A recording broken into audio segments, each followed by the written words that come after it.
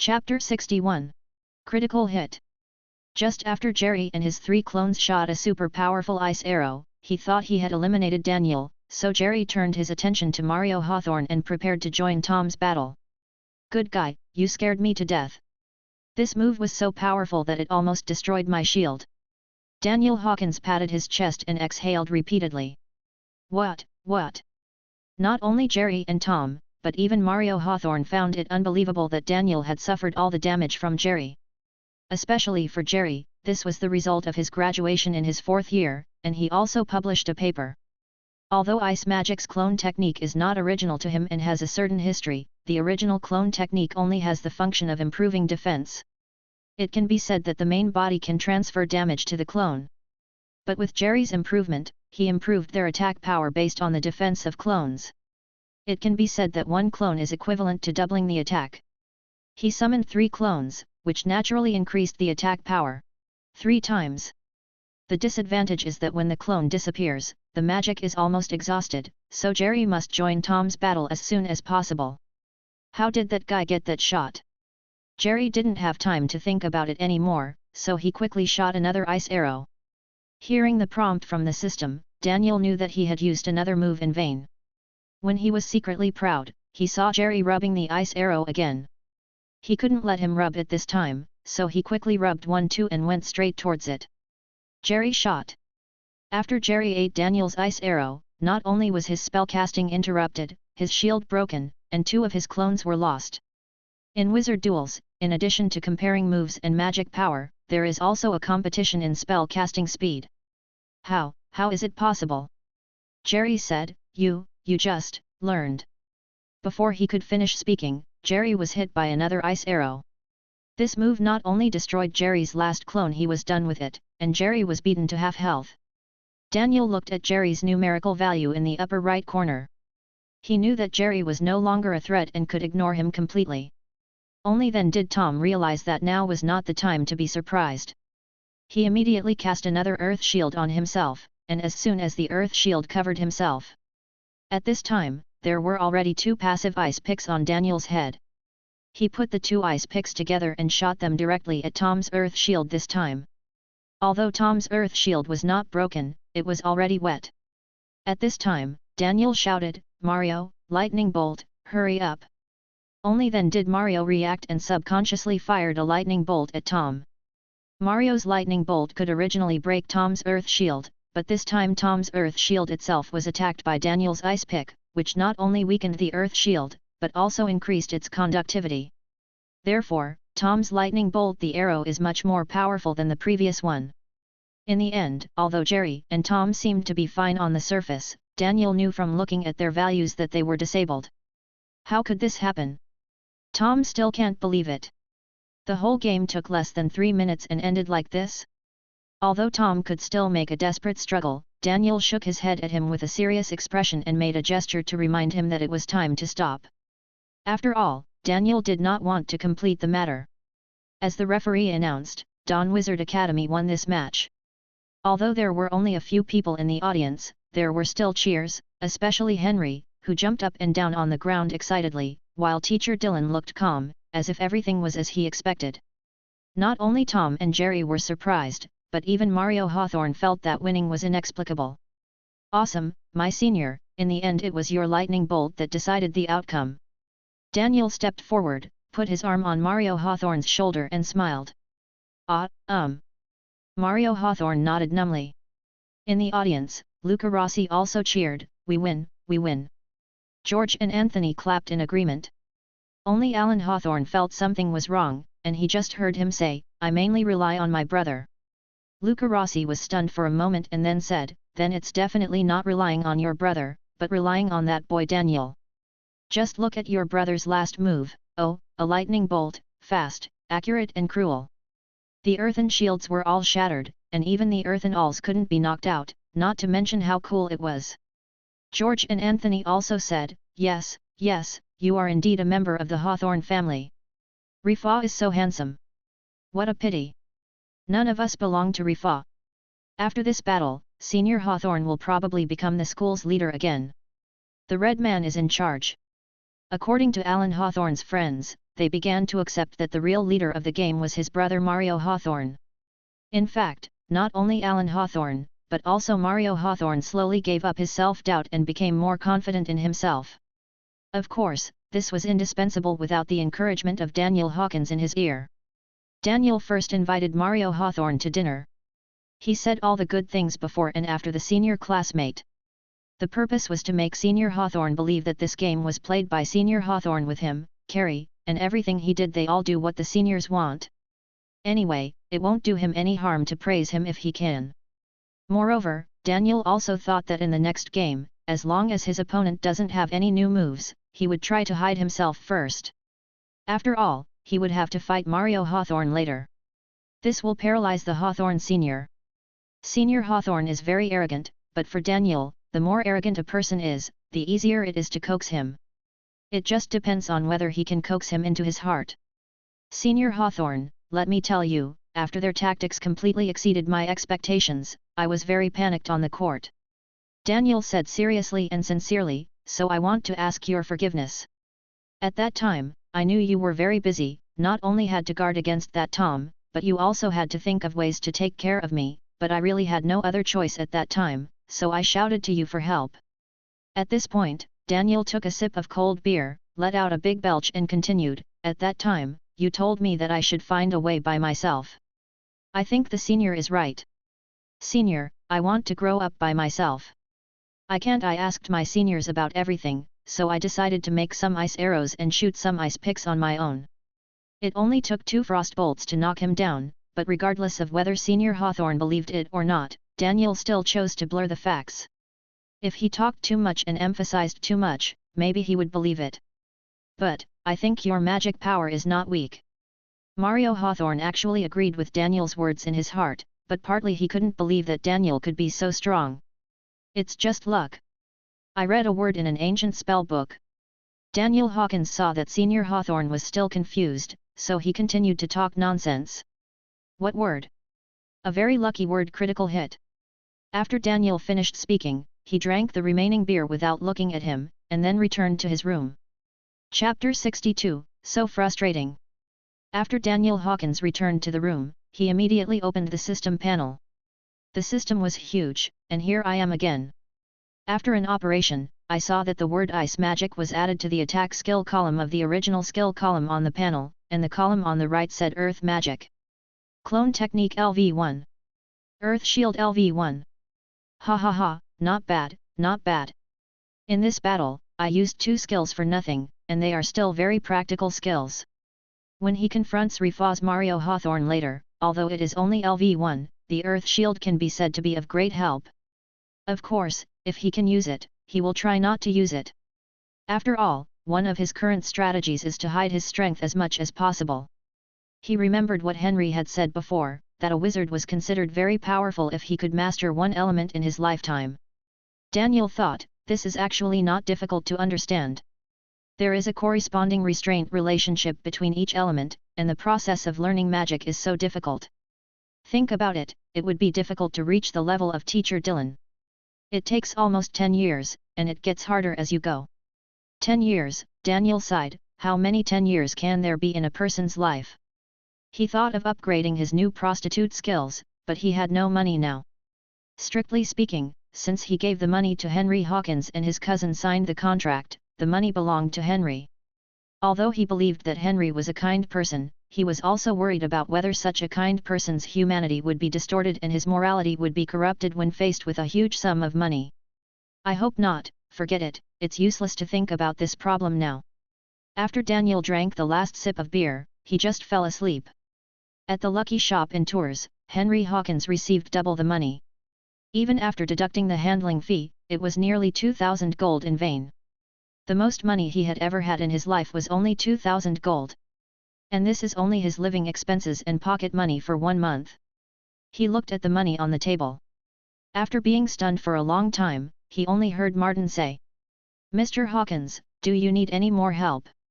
After Henry Hawkins came back to his senses, he said, what will the Dawn Wizard Academy fight next?"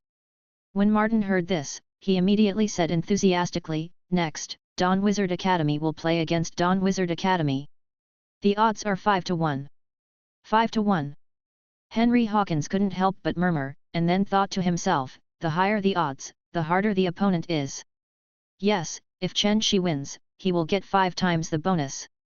Martin said with great anticipation, I don't know what you think, Mr. Hawkins. Henry Hawkins saw a flash of hesitation in his heart, but he thought that these were his brother's money, and his brother had given instructions, so he said, continue to vote all of it for Dawn Wizard Academy. Okay, I'll prepare the contract for you now. Seeing that he was so happy, Martin's colleagues couldn't help but mocked, oh, it's just 2,000 gold. Is this necessary? Martin listened, ignored them, just smiled at them, and then presented the contract and bill to Henry Hawkins with both hands, thinking, no matter what, this is my first client, and I must do my best to serve him. Them. After Henry Hawkins signed the contract, when he was about to leave, he heard someone laughing next to him. Today's young people are really not down to earth. They all want to get rich overnight. That's right, do you really think everyone can be upset? In the Morning Wizard Academy, under the publicity of the Alan Hawthorne Quartet and other noble children, Mario Hawthorne was promoted to godlike proportions. When it comes to Senior Hawthorne, descriptions such as majestic, good at commanding, experienced, capable of deciding the world with 1 arrow and 2 arrows all come out. When talking about Daniel, Daniel is described as a person who is afraid of death.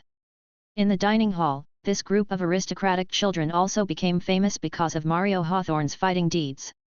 Gradually, the best geomantic omen in the center of the dining hall was also occupied by this group of aristocratic children. Gradually, within 2 or 3 days, Mario Hawthorne and Daniel Hawkins became more and more extreme in the eyes of the aristocratic children, especially Daniel, a player who was taken away from obscurity in their eyes. He turned into a coward who huddled in the corner as soon as he arrived at the arena. He only saved his life thanks to the protection of Senior Hawthorne. The group of students from the slums must have been dissatisfied. Listening to this group of aristocratic students insulting Daniel, they stood up and cursed, have you said enough? The more you say it.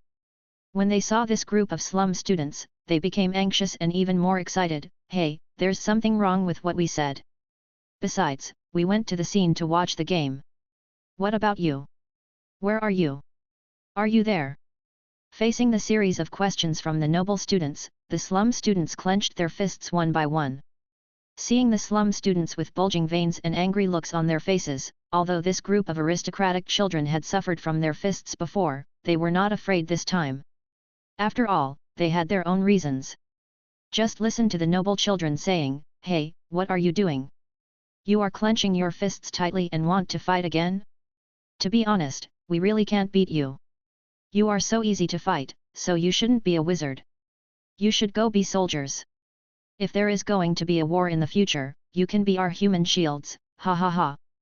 The noble children laughed one by one, and the laughter became louder and louder. Seeing this, a slum student stuffed the last piece of bread on the plate into his mouth, then picked up the plate and wanted to throw it at them, but was stopped by the surrounding classmates, forget it, even if you beat them to death, they will not obey. It's too frustrating. It's all our fault that we don't have the ability to go to the scene to watch Daniel's game. I don't believe Daniel is as bad as they say. I don't believe it either, and didn't his brother Henry Hawkins go there? Why didn't I see him? He should at least come out to say something for his brother. Oh, I'm so frustrated. They didn't know that Henry Hawkins was following his brother Daniel's orders and having a good time in the Seraphia business district. There was still a week before the next game. Daniel Hawkins couldn't leave the college, nor could he communicate with the outside world. The only person he could communicate with was Mario Hawthorne, but he didn't want to communicate with Senior Hawthorne, so the whole waiting process was very boring. The place he went to most was the canteen, but the food was always the same. He couldn't just drink beer all day and get drunk. Get drunk? Plus there was paper and pen in the room, so he came up with a good idea to kill time. Chapter 63. Daniel Hawkins wrote one of the stories of 1001 Nights in a Rented House in the Slums last time, and this time he continued to write. After all, he was idle anyway, and the whole competition would end, plus the rest time, he would stay here for almost a month, although he couldn't finish all the stories of 1001 Nights in this month, unlike the computer, because he used a feather pen to type. Moreover, there are many versions of 1001 Nights, and he even read a version with more than 4 million words before crossing. Hey, as long as he read the books before crossing, he remembered them, it didn't matter, so he found a more popular version in his memory, but that was also 4 or 500,000 words. Anyway, there was nothing to do, there was wine and time, so he copied slowly, and while copying, he thought about how to realize these stories in this world. He thought of organizing a group of actors, setting up a stage, and then touring, but he had to run with the troupe. No, it would be too tiring and annoying, and it would also go against his original intention. Then build a theater, but seeing that there are almost no theaters in this world, he has never seen a serious theater troupe when he performed the levitation technique in the city center of downtown for so long. It must be that there are very few people engaged in this business. He also asked his cousin Henry once by chance, and his cousin said that such a theater troupe only exists in the court of Lock Kingdom, and even most nobles do not have it. Because the overall situation seems to be very peaceful now, but now the nobles in the entire Lock Kingdom are actually ready to move. Not only that, but the foreign races outside the country are eyeing Lock Kingdom, so no one has the leisure to watch these so-called dramas. Even if there are, these dramas are not very popular. As for the civilians, whether in the richer or poorer areas, not to mention the famine areas, they are all working hard for survival. Where do they have time to watch dramas? Watching a play costs money. If they have that money, wouldn't it be better to buy 2 more loaves of bread? As for the wizards, they are all studying magic with great difficulty, and the warriors are also studying tactics and improving their physical strength. Everyone is busy, so naturally no one cares about the drama. Henry's analysis of the drama is indeed one of the reasons, but Daniel thinks that there is probably another most important reason, which is that there is no good drama in this world. Forget about it for now, Daniel thought, jerky with beer, the more you drink, the better, write it down first. The Dawn Wizard Academy and the Morning Light Wizard Academy are not at the same level at all, which can be seen from the odds. Therefore, the 2 players of Dawn, Joey and Chandler, did not take the players of Morning Light seriously at all. Joey and Chandler had seen the chicken-pecking quarrel between Mario Hawthorne and Tom at the beginning, and this time they played against them, just thinking that they were lucky and could easily advance. If we win this round, Joey said. What do you mean by if? Chandler said. Ah, right, there is no if. If we win this round, then the next round will be between you and me. Joey said. Hey, we've been buddies in the academy for so many years, and we can finally compete with each other. Chandler said. Be prepared, I won't show mercy, you big fool. Joey said. I won't show mercy either, you little bastard. Chandler said. Ha ha ha, after they drank a glass, they continued, anyway, after we advance tomorrow, our scholarships will be settled. Yes, playing against Dawn Wizard Academy is like giving us money for free. Mario Hawthorne felt strange. It was almost time for the game, but why didn't Daniel come to discuss tactics with him? As the leader of this game and Daniel Hawkins as senior, he couldn't let himself go to him. So he waited for a few more days, until there was only 1 day left before the game. He finally couldn't stand it anymore, ran directly to Daniel's room door and knocked heavily on his door.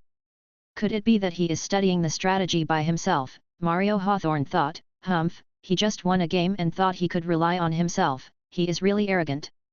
Mario Hawthorne knocked on the door for a long time, but no one responded. What happened? Could it be that he ran away? But it was already this time, and dinner should be over. Besides, almost all areas of Seraphia Academy were closed, where could Daniel go? So Mario Hawthorne knocked a few more times, and seeing that no one opened the door, he simply opened the door. The moment he opened the door, a very strong odor came to his nose, and he quickly covered his nose with his sleeve. A strong smell of alcohol, sweat, foot odor and ink were mixed together and concentrated in the room. Mario Hawthorne could even see the turbid air floating around. He looked down and saw Daniel Hawkins with a scruffy beard and bare feet. His robe and mouth were covered with ink. He was holding a pen in his right hand and lying on his back on a pile of papers full of words, sleeping soundly.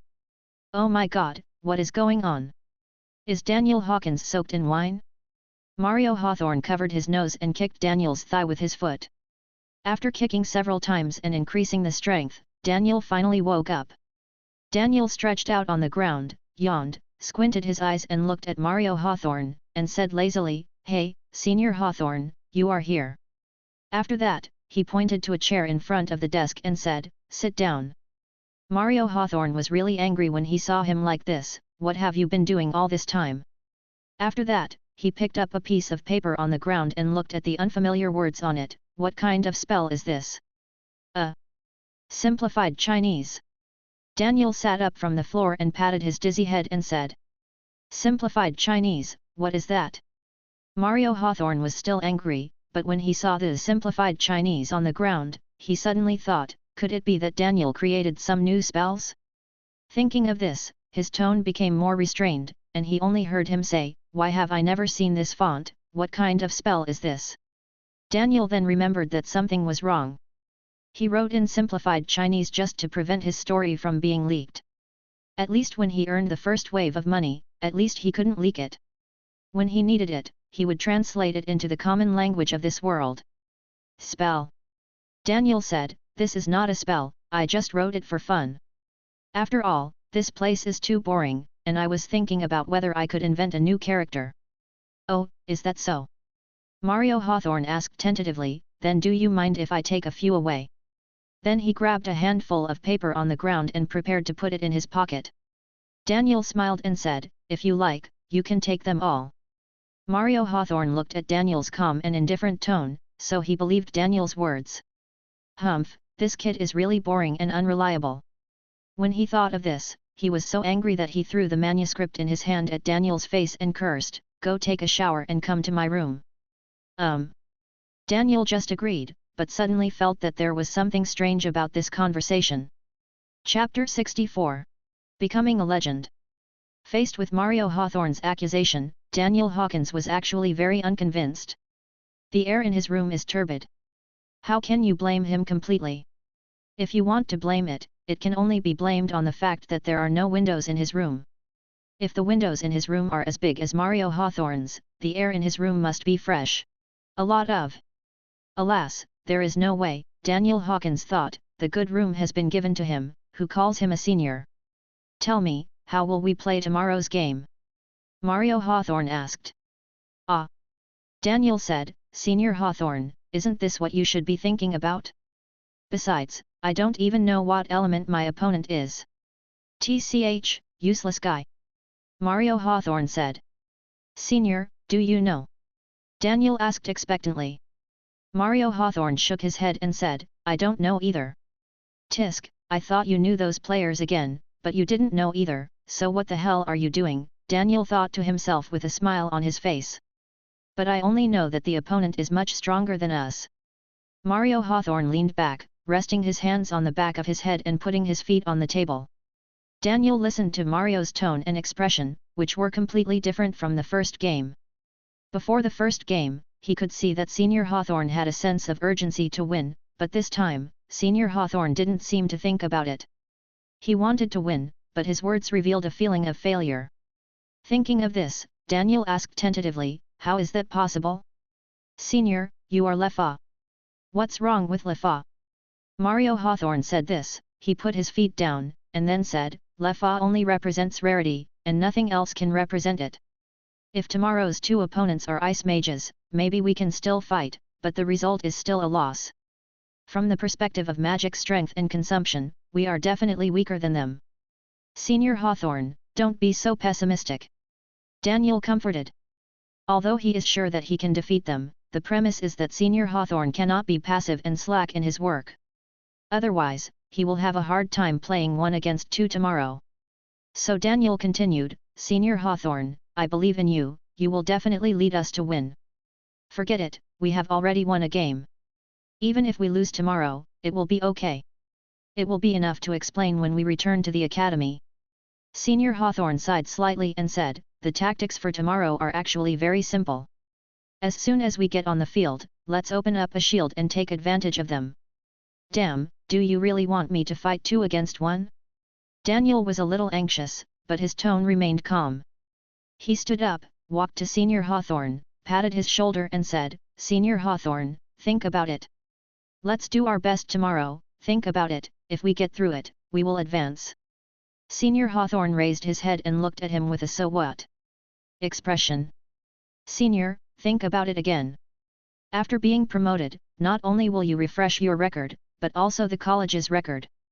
Daniel said a little excitedly, from now on, you will represent the college, and your surname Hawthorne will always be in the world. Academy Hall. To be honest, according to the level of Dawn Wizard Academy, how many students can surpass you? Even if one surpasses you in 10 years, your name will still be on the list for at least 10 years. Daniel's tone became more and more passionate as he spoke, and his words seemed to have succeeded in motivating Mario Hawthorne. Mario Hawthorne sat up straight at this moment.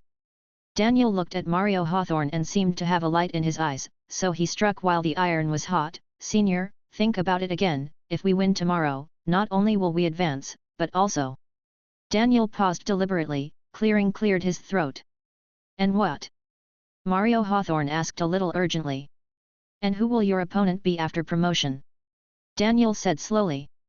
Mario Hawthorne thought for a moment, and his eyes suddenly lit up. You.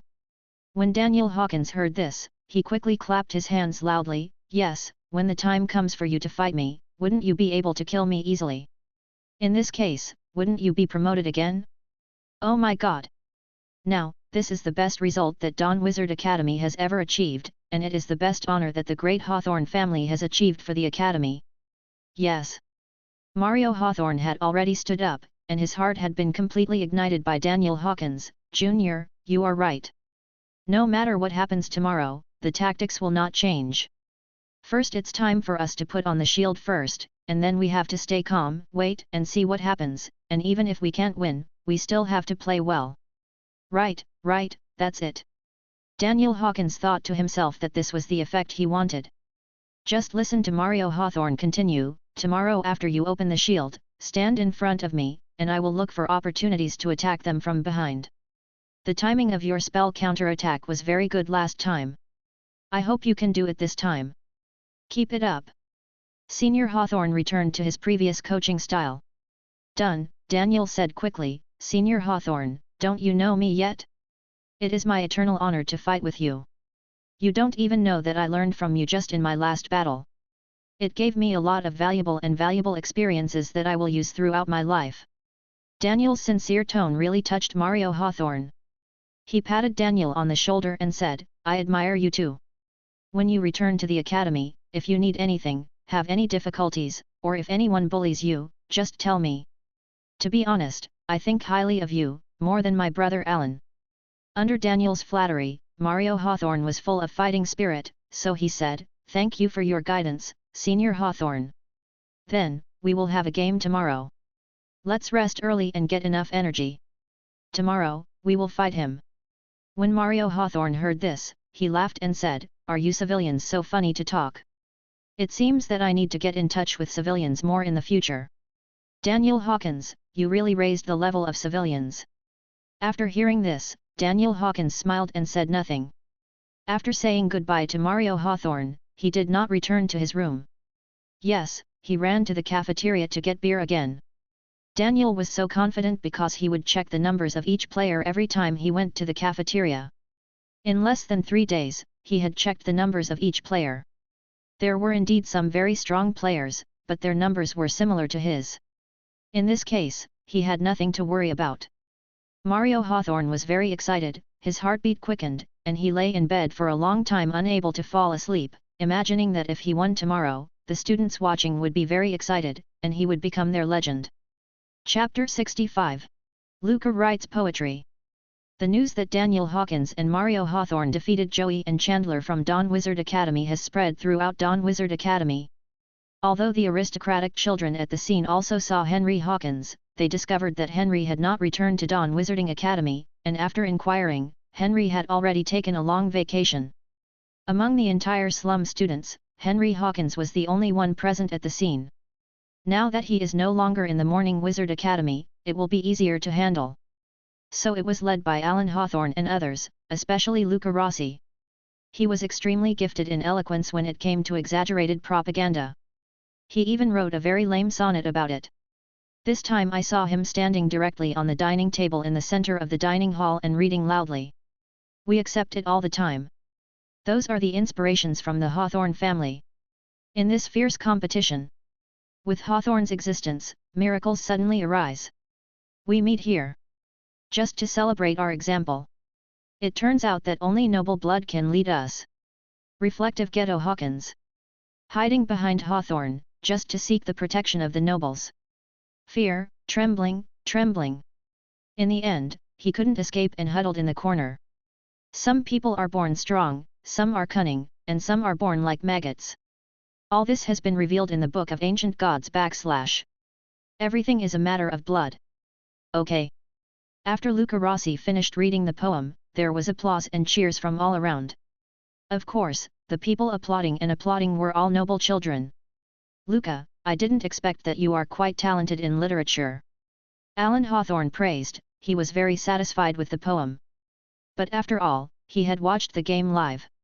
He knew how exaggerated Luca was. Moreover, poems like this were the easiest to spread. He couldn't help but worry a little. Do you think it is too exaggerated? What if it was discovered later that it was not that exaggerated, wouldn't it be?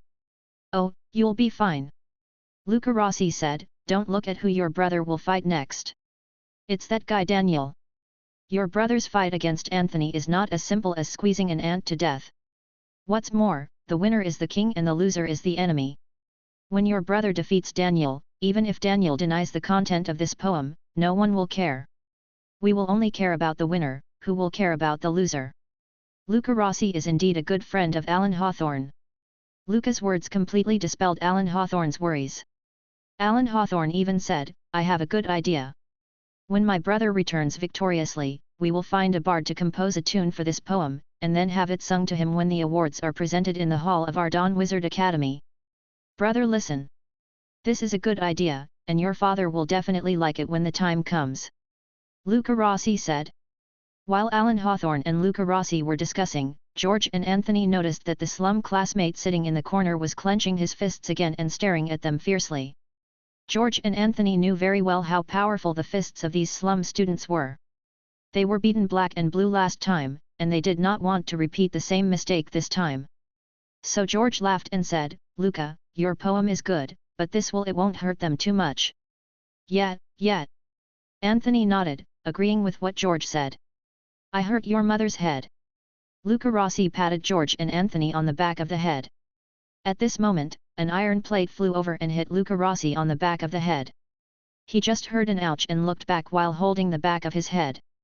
He saw that a student from the slums had already approached him and slapped him without saying a word.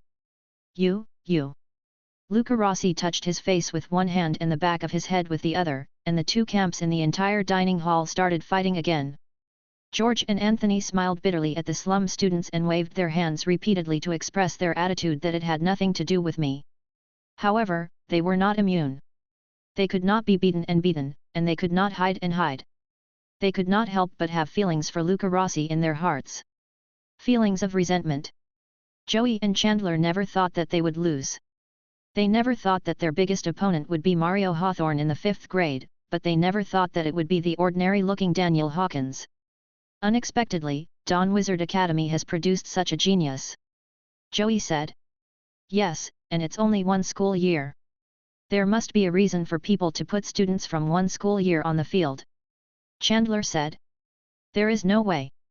First of all, Daniel's magic is very strong, no less powerful than the wizard in blue robe. Moreover, although I can relatively restrain Mario Hawthorne opposite me with my local magic, Chandler, your fire magic, it was completely restrained by Daniel's ice technique, Joey analyzed, so we can't take advantage at all. Chandler nodded and continued, now I think back to Daniel Hawkins' style of play. To be honest, it really puzzled me at first. Although he opened a shield, he didn't hide. He doesn't counter any spells other than the sheep technique, he just takes advantage of our skills. Yeah, and we finally broke his shield. We thought he would fight back, but he opened another shield and continued to take our skills.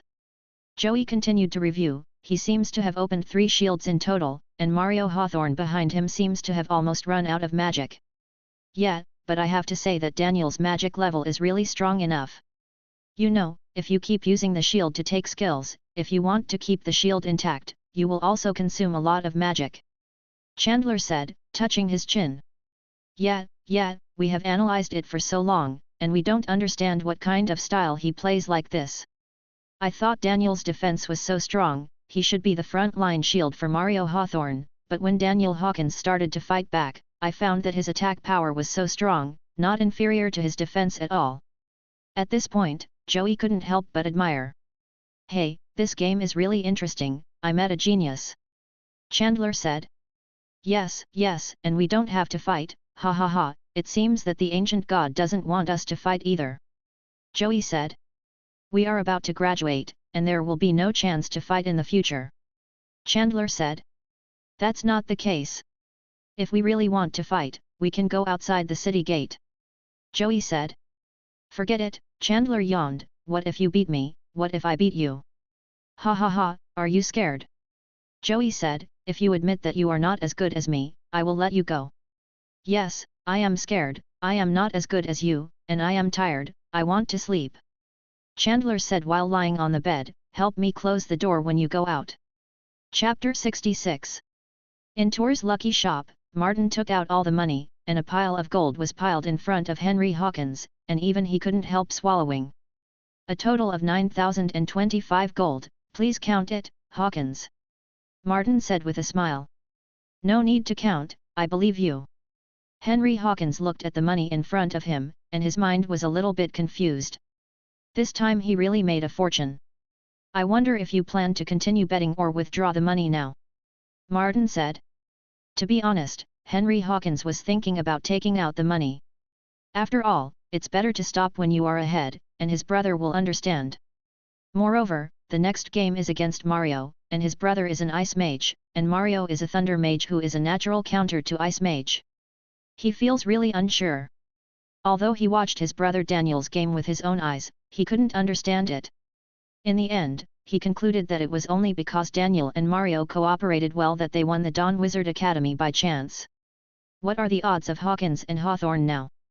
Henry Hawkins asked. Please wait a moment, let me see. Martin flipped through the information, and after a while he said, it hasn't changed, it's still 1 to 5. If Mr. Hawkins wins, he can still get 5 times the bonus. By the way, we have cooperation with the Wizard Bank. If you have too much money to take away, I can help you apply for an account. Ah? Oh, so convenient. Henry Hawkins thought to himself that he was not here to open an account at all. Martin hoped that Henry Hawkins would continue to bet. The reason why he didn't mention this service before was that he never thought that the Dawn Wizard Academy could have 2 upsets in a row. After some thought, Henry Hawkins said, okay, I'll continue to bet, and everything will proceed according to the original plan. Okay. Martin happily collected the money and prepared the contract. His colleagues around him looked at him sideways, without the previous mockery. After Mario Hawthorne won the game, he was so excited that he was already sure of the next game and felt that he had won. On the night of winning the game, he invited Daniel to drink for the first time, and not only that, he also had dried meat as a snack. Seeing that Senior Hawthorne extended the wine glass to him, Daniel Hawkins quickly stood up slightly, holding the wine glass with both hands, slightly bowed, and deliberately lowered the glass when clinking glasses with the senior, deliberately pretending to be flattered. Mario Hawthorne looked at Daniel Hawkins's series of clinking actions and felt very unfamiliar. Even though his father was an earl, he had seen nobles of lower ranks than his father, and none of them clinked glasses so carefully to drink. Therefore, he felt that Daniel's clinking action was very strange. It was neither fear nor modesty. He really couldn't describe it, but facing Daniel's clinking glasses like this, he felt very comfortable and refreshed. Whatever, just have fun. After a few drinks, Mario Hawthorne said, when you go out and encounter any problems in the future, tell me my name. I dare not say anything else. In Dawn Town, whatever you want to eat or buy, tell me my name, and it's all mine. Oh, my senior, how can I be so worthy of you to treat me like this? Daniel said, lowered his posture and clinked glasses with him, and then drank the rest of the wine. Daniel Hawkins saw that Mario Hawthorne's face was red from drinking, he started to stagger when he walked, and he started to speak with a lisp. But he was very energetic except for being a little tipsy. He couldn't help but feel happy in his heart.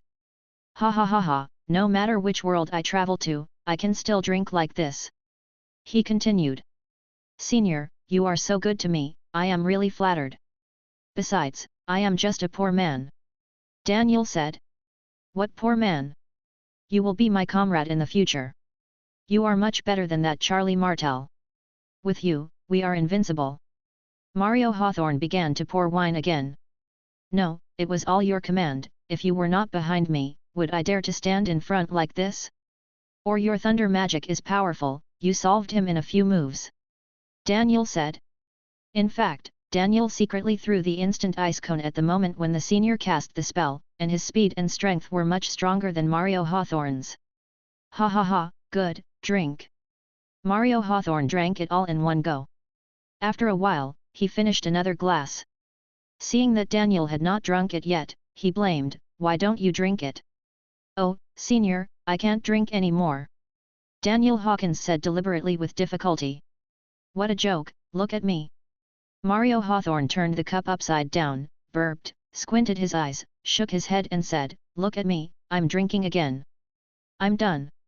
Senior, I didn't expect you to be so good at drinking, and even magic is so good, I admire you so much. Daniel said, I really can't drink more than you, you're so good. Okay, after you finish this cup, I'll let you go. Mario Hawthorne muttered. Okay. Daniel said, picked up the wine glass and drank it. He only drank 2 sips, and heard a plop. He looked over and saw that Mario Hawthorne had fallen to the ground. So Daniel Hawkins carried the remaining 2 barrels of wine and 2 bags of dried meat to his room, thinking, hey, now I have wine and meat, I can write as much as I want. The most important thing is that under his commentary, Mario Hawthorne believed that he was the key player in the carry game. After returning to the room, Daniel Hawkins first opened the system panel. He didn't expect that their opponents this time were Joey and Chandler, one earth magic and the other fire magic. Although there were not many free skills in this battle, at least he felt that they were quite practical. There was no need to look at the ice magic column. He thought, there were only those anyway, mainly earth magic and fire magic. Earth magic. Earth shield LV1. Earth tremor LV1. Fire magic. Fireball LV1. That's all for now. The skill of earth tremor can be said to be shocking. This move can be said to be Joey's unique skill. When Joey released earth tremor, the whole ground was shaking, and it was unsteady to stand, making it impossible for people to cast spells. Of course, after Joey released this skill, he also consumed all his magic power. What he was a little dissatisfied with was that he only got Chandler's fireball for free. Chandler obviously used a lot of moves, which were super cool, but unfortunately, Chandler knew Daniel was an ice mage, so he chose not to waste his skills on Daniel, but concentrated all his magic power to attack Mario Hawthorne. Forget it, there is still a game to come, so Daniel turned his attention to Mario Hawthorne's thunder magic, and this time he wanted to copy all of Mario Hawthorne's thunder magic skills. Chapter 67. Do you understand? Principal Alex Muller never expected that Count Martin Hawthorne would come to Dawn Wizarding Academy today. Principal Mueller quickly packed up his office. While doing so, he guessed why Earl Hawthorne came over suddenly. Yes, he must have known about the next game. Earl Hawthorne would be very sure that his son Mario Hawthorne would win.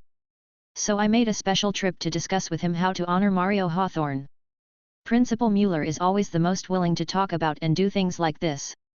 After cleaning up, he originally thought of taking some key teachers who were still in the college and not on assignment to greet Earl Hawthorne in the hall, but then he thought about it, maybe Earl Hawthorne just wanted to discuss something with him this time. I don't want to make it too public. If I want to make it public, it's not too late to wait until the commendation ceremony begins and do it all at once. Thinking of this, he made time alone and waited for Earl Hawthorne's arrival in the hall 10 minutes early. 10 minutes later, a gust of wind was seen in the hall. After the wind disappeared, 2 people were seen standing in the center of the hall, one was Count Hawthorne, and the other was the wizard holding the Count's arm. Earl Hawthorne is one of the few nobles who can teleport directly to the hall of Dawn Wizard Academy. If others want to come to the academy, they can only teleport to the gate. As soon as Principal Mueller saw Count Hawthorne, he immediately greeted him and said with a smile, "You are finally here. I have been waiting for you for a long time." "What's there to wait for? It's very convenient now that we have teleportation." Earl Hawthorne patted Principal Mueller on the shoulder, smiled back, then pointed at the wizard beside him and said, "Well, this is what you are training." The wizard who came out was specially used to teleport for me, and it was very useful. As long as it works, Earl Hawthorne, now, I'll arrange for your wizard to have a good rest first, and then we can talk about anything in the office. Hey, it's actually nothing. It's just that I haven't been here for a long time, so I wanted to come over and have a look. Earl Hawthorne said. Ha ha ha, it's such a big happy event, and you said there's nothing wrong. You must be here for your noble son Mario, said Principal Mueller. Ha ha ha, you are indeed my old friend. You are indeed the round worm in my belly. Earl Hawthorne's eyes narrowed with a smile. After chatting for a while, Principal Mueller said, in that case, my dear old friend, I will arrange for your wizard to rest first, and then we can go to the office to talk in detail. How about that? Okay. Earl Hawthorne nodded. Since Principal Mueller started coughing intermittently, he started to quit smoking. Although there are alchemical medicines that can cure it, everything has a price. Those who can cure your life will naturally take something from your life, but this price it just depends on how you measure it. Therefore, if an experienced wizard can repair himself, he will not use alchemical potions without authorization. But this time he took out 2 pipes and a box of tobacco from the drawer and said, "Ha, this is my collection, you are in for a treat." Earl Hawthorne took the pipe with a smile, Principal Mueller lit it for him, and then the two of them quietly enjoyed a relaxing time puffing away smoke. Principal Mueller said at this time, "Tell me, what do you want from me?" "Hey, like you said, I'm not here for Mario," Count Hawthorne said. Principal Mueller nodded, and then slowly talked about how he would decorate a grand hall after the game, so that all teachers and students could witness the glory of the Hawthorne family. He even planned to invite students who were nobles. Parents came over to witness the event. Earl Hawthorne nodded and took a deep breath of cigarette, but did not speak. He closed his eyes slightly and looked at the ground, thoughtfully. Principal Mueller saw that he didn't speak, so he continued, "I know what you are thinking. You just think that I am too high profile, which will make the Hawthorne family too excessive in these external forms. In fact, you don't have to worry too much, you know, Mario Hawthorne has achieved the best results in this academy, and he deserves these honors." At this time, Earl Hawthorne shook his head, blew out a puff of smoke and said, "Ha ha, my Alex, as an old friend, I just praised you for understanding me. It seems that you don't understand me at all." "Hi." Principal Mueller looked at him with confusion, thinking, "Am I right?" After Earl Hawthorne glanced at him, he said with a half-smile, "Even if I really care about appearance, they say I'm vain, so what, no matter what I do, they will secretly say I'm vain and save face. In this case, I will not only carry out the matter of saving face to the end, but also do it thoroughly." "Ah!" Principal Mueller kept holding his pipe and looking at him blankly. At this moment, he really didn't know what kind of medicine was sold in the gourd of this old friend in front of him, so he said, "Ha ha ha, why can't I understand what you said? Principal Mueller, the plans you just mentioned all depend on my son Mario winning, at least beating that Daniel Hawkins. So the question is, do you think my son Mario can win?" Hawthorne the Earl no longer smiled at this moment, but had a serious look on his face. "Are you kidding? If your son can't win, who will win?" Principal Mueller laughed and thought it was a big joke. "So, do you think my son will definitely win?" Earl Hawthorne asked, handing the pipe to Principal Mueller. "Of course." Principal Mueller affirmed again, then took the pipe, poured out the ash inside, and put new tobacco leaves in it. After they both lit their cigarettes again, they heard Earl Hawthorne smile and say, "That's good. I just want to tell you this time that my son must win." "Understood." Principal Mueller smoked a cigarette, thinking to himself that it was such a big deal, and couldn't help but relax. Seeing Principal Mueller's relaxed look, Earl Hawthorne continued to say seriously, "Do you really understand?" "Oh, I understand," Principal Mueller said. I heard Earl Hawthorne's tone increase, even a little impatiently, "No, you don't understand." After Principal Mueller heard this tone, his heart couldn't help but get excited again. This time, he put away his relaxed expression and looked at Earl Hawthorne seriously. This time, Earl Hawthorne not only increased his tone, but even tapped his fingers on the table word by word, "I want my son, Mario Hawthorne, to be able to win in the next battle with Daniel Hawkins. Victory. Alex, do you understand what I'm saying?" Principal Mueller thought for a while, nodded solemnly and said, "Understood, I understand this time. My friend, don't worry. Chapter 68, The Well-Informed President Mueller. Since the next competition is a battle between players within each academy, the organizer, Seraphia Wizarding Academy, follows its usual tradition and allows the principals of the victorious parties of each academy to visit and express condolences to their students.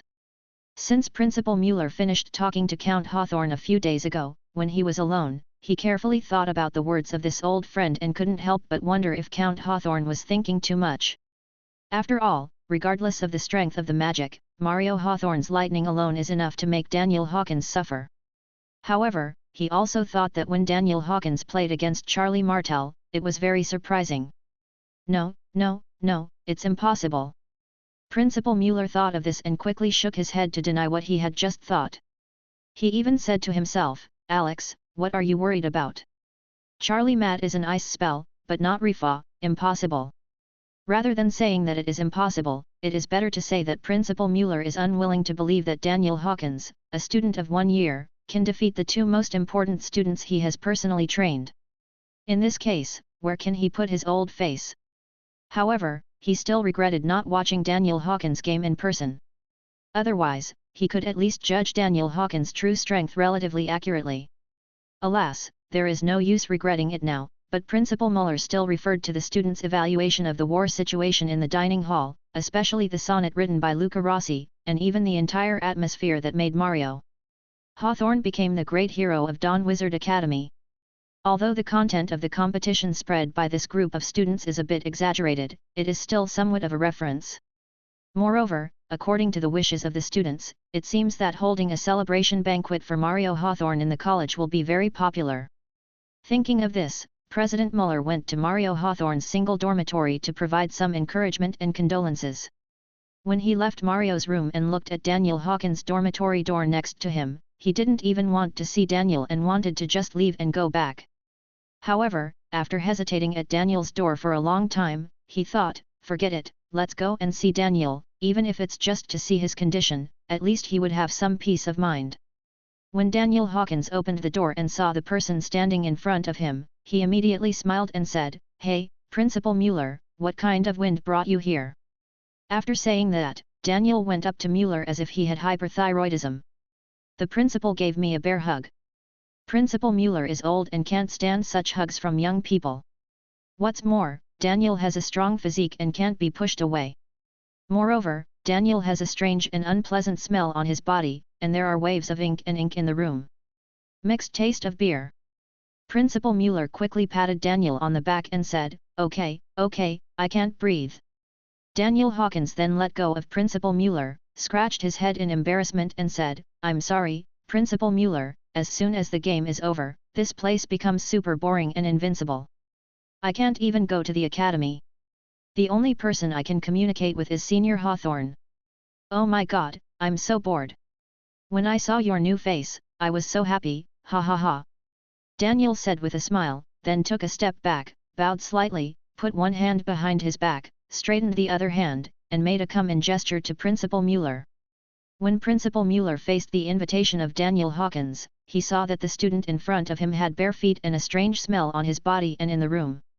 He refused in his heart and thought, if he had known better, he would not have knocked on the door. However, he decided to go, and when he saw Daniel sweep the manuscript paper on the ground with his foot, then move his chair and motion for the principal to sit down. Daniel saw Principal Mueller looking left and right, and heard him smile, Principal Mueller, there is no need to look for it.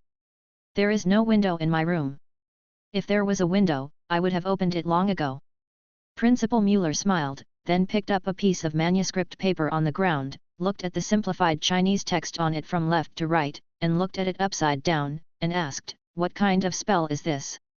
Daniel thought for a while, he had been bored for so long, he might as well have some fun, so he lowered his voice and said solemnly, Principal Mueller, I tell you, I found it in the library of Seraphia Wizarding Academy. It's an ancient book. It's a pity that I can't take it out, but I have a good memory. During this period, I read it every day, read a page, memorized a page, and then copied it immediately when I got back to the dormitory. Principal Mueller looked at the manuscript paper, his eyes lit up, and he stared at the manuscript paper and began to think and study. Seeing Principal Mueller's expression, Daniel crazily held back his laughter and continued, and I feel that that ancient book is very important, because it is stored in a very important location. Huh? How important is it? Principal Mueller said while still staring at the words on the manuscript paper. Oh, Principal Mueller, I don't know how to describe how important it is. However, if it wasn't important, I would have lent it out a long time ago, don't you think so? Daniel continued, his voice getting lower and lower. The lower the voice, for fear that others would hear it, I think this is a spell recorded by the ancient gods. Unfortunately, I don't understand the words on it. I thought about copying it down and taking it back to ask you. You just happened to be here. After hearing this, Principal Mueller nodded quickly and said, Son, you did the right thing. Principal Mueller, you are knowledgeable. You must have seen such writing before. Daniel continued to ask. Principal Mueller was obviously stunned by this question, but his expression quickly returned to normal. He nodded slowly and said, Yes, I have seen it. Daniel almost couldn't help laughing, but he managed his expression very professionally, so he pretended to be a child full of curiosity and asked, Really? Wow, you are really worthy of being Principal Mueller. Then tell me what is written on it. Principal Mueller suddenly looked a little embarrassed, but soon returned to a serious face and said, You just said that this is a spell belonging to the ancient gods.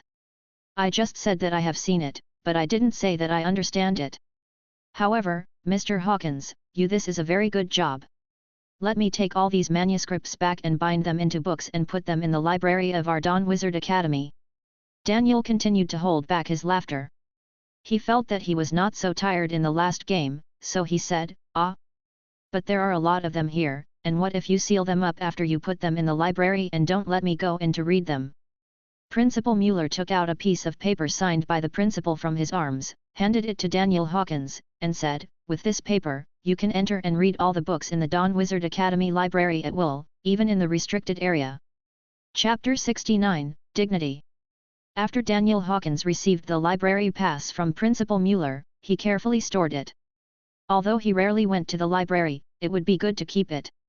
Anyway, it didn't take up space. If he really needed it one day in the future, it might really help. Under the instructions of Principal Mueller, Daniel Hawkins sorted all the manuscripts according to the page numbers and stacked them on the table.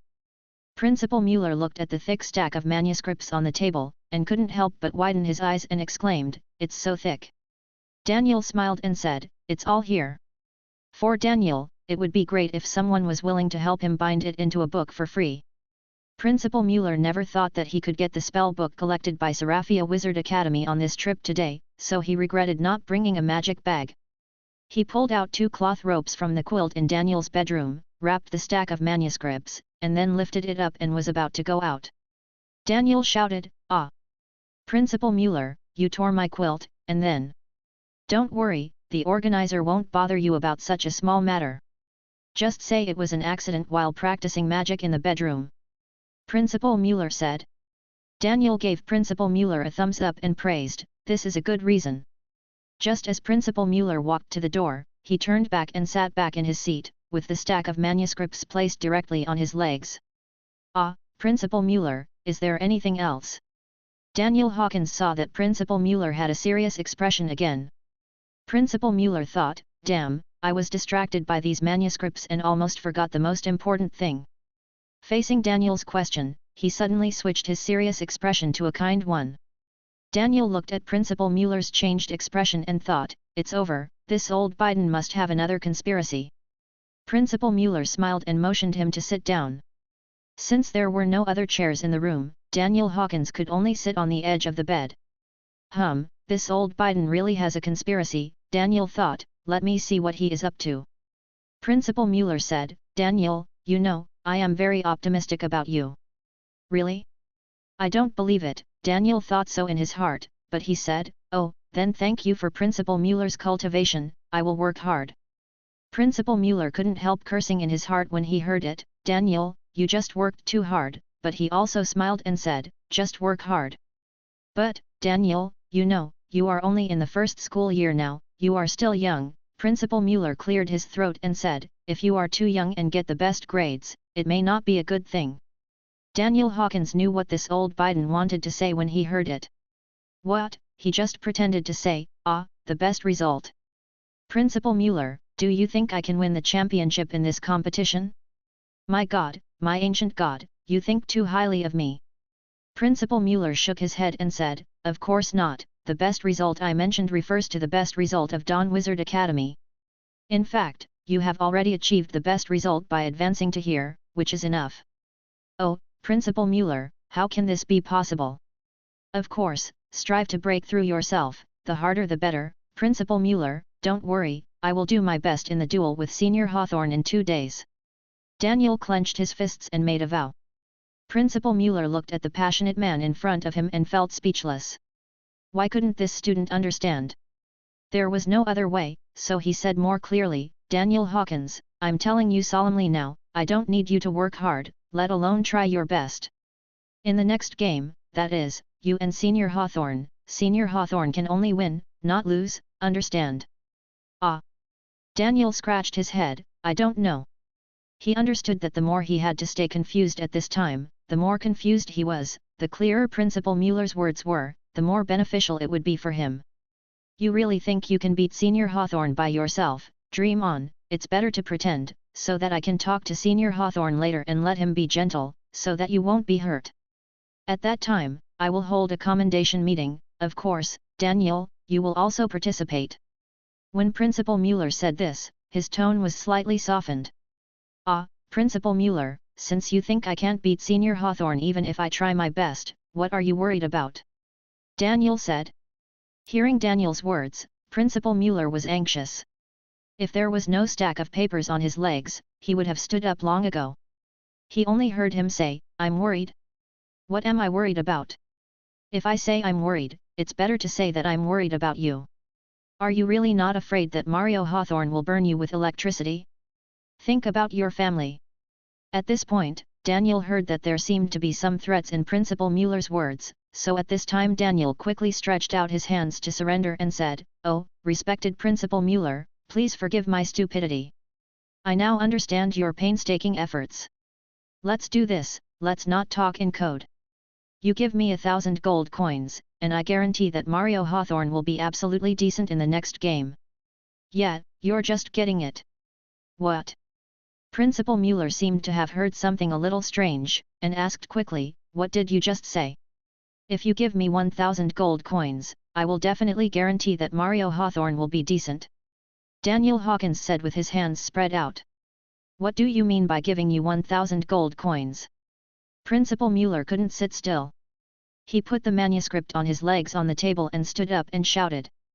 "Shh, Principal Mueller, keep your voice down, otherwise people outside will hear us and misunderstand that we are doing some kind of deal in the room."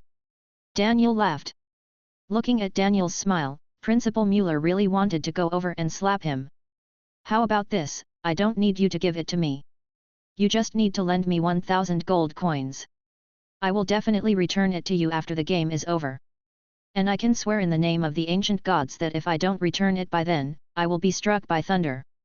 If the thunder doesn't strike me, I will leave the Dawn Wizard Academy, or you can find someone to arrest me." Principal Mueller felt very puzzled by his sincere tone, so he asked, "Why do you want so much money?" This, don't worry about this," Daniel said with a smile.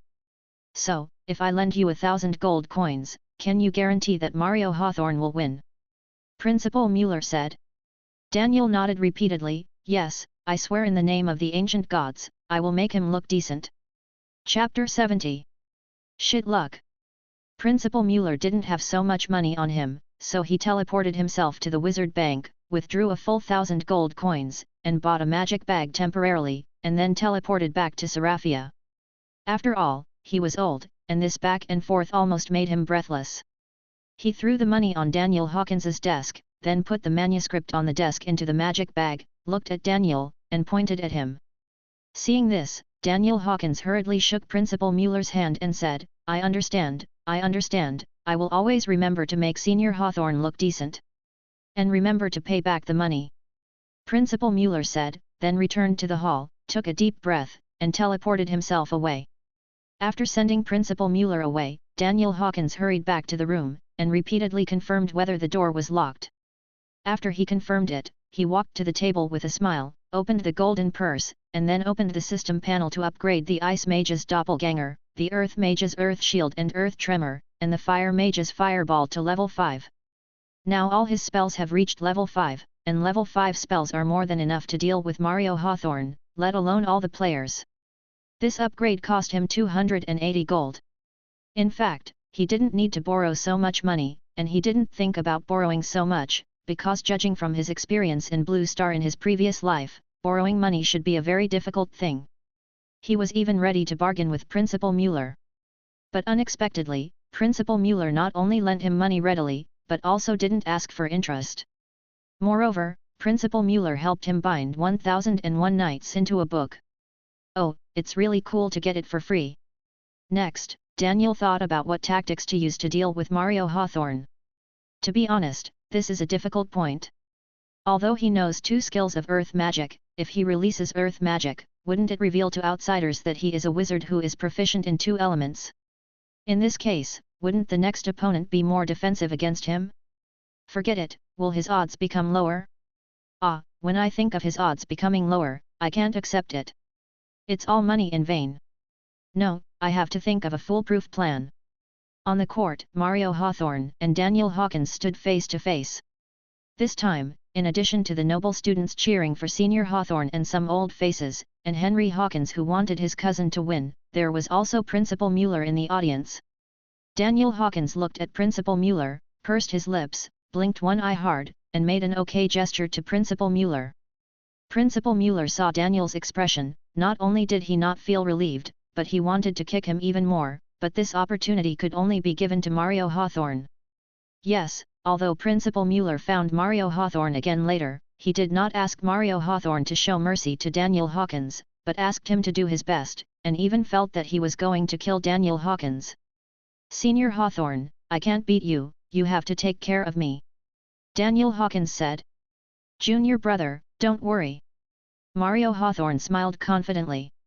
I really didn't expect that his peak moment would come so quickly. With the announcement of the host, the game began. Needless to say, Mario and Daniel opened their shields at the same time. Mario opened the Thunder Shield, and Daniel did not open the Earth Shield, but still the Ice Shield. Mario saw Daniel open the Ice Shield, and couldn't help but raise one corner of his mouth. He thought that a lightning arrow could not only break Daniel's shield, but also increase the power of his lightning arrow because of the Ice Shield. He just hoped that Daniel would not get burned. However, he thought that Daniel still had a spell counter in his hand, so he thought of using Daniel to trick Charlie Mart's skills, so he saw him rubbing the lightning arrow, but he didn't intend to release it, but always stared at Daniel's hands, ready to interrupt at any time. Mario was almost done casting the spell, but Daniel had no intention of releasing the spell counter. Damn, in the few seconds of casting the spell, countless thoughts flashed through his brain. One of the most important thoughts was whether to release this lightning arrow. Just as he was hesitating, Daniel summoned 5 instant ice cones, and heard chua, chua, chua, and the 5 ice cones went straight to Mario Hawthorne. This was really beyond Mario Hawthorne's expectation. How could he use instant spells right at the beginning? As we all know, instant spells are weak and consume a lot of magic.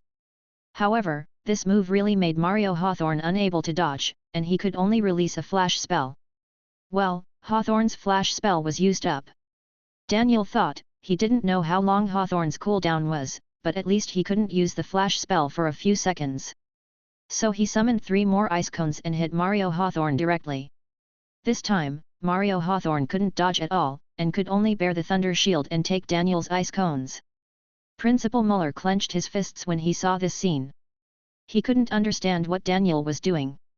If you say Daniel was trying his best, he even used the ice cone technique that consumed a lot of magic.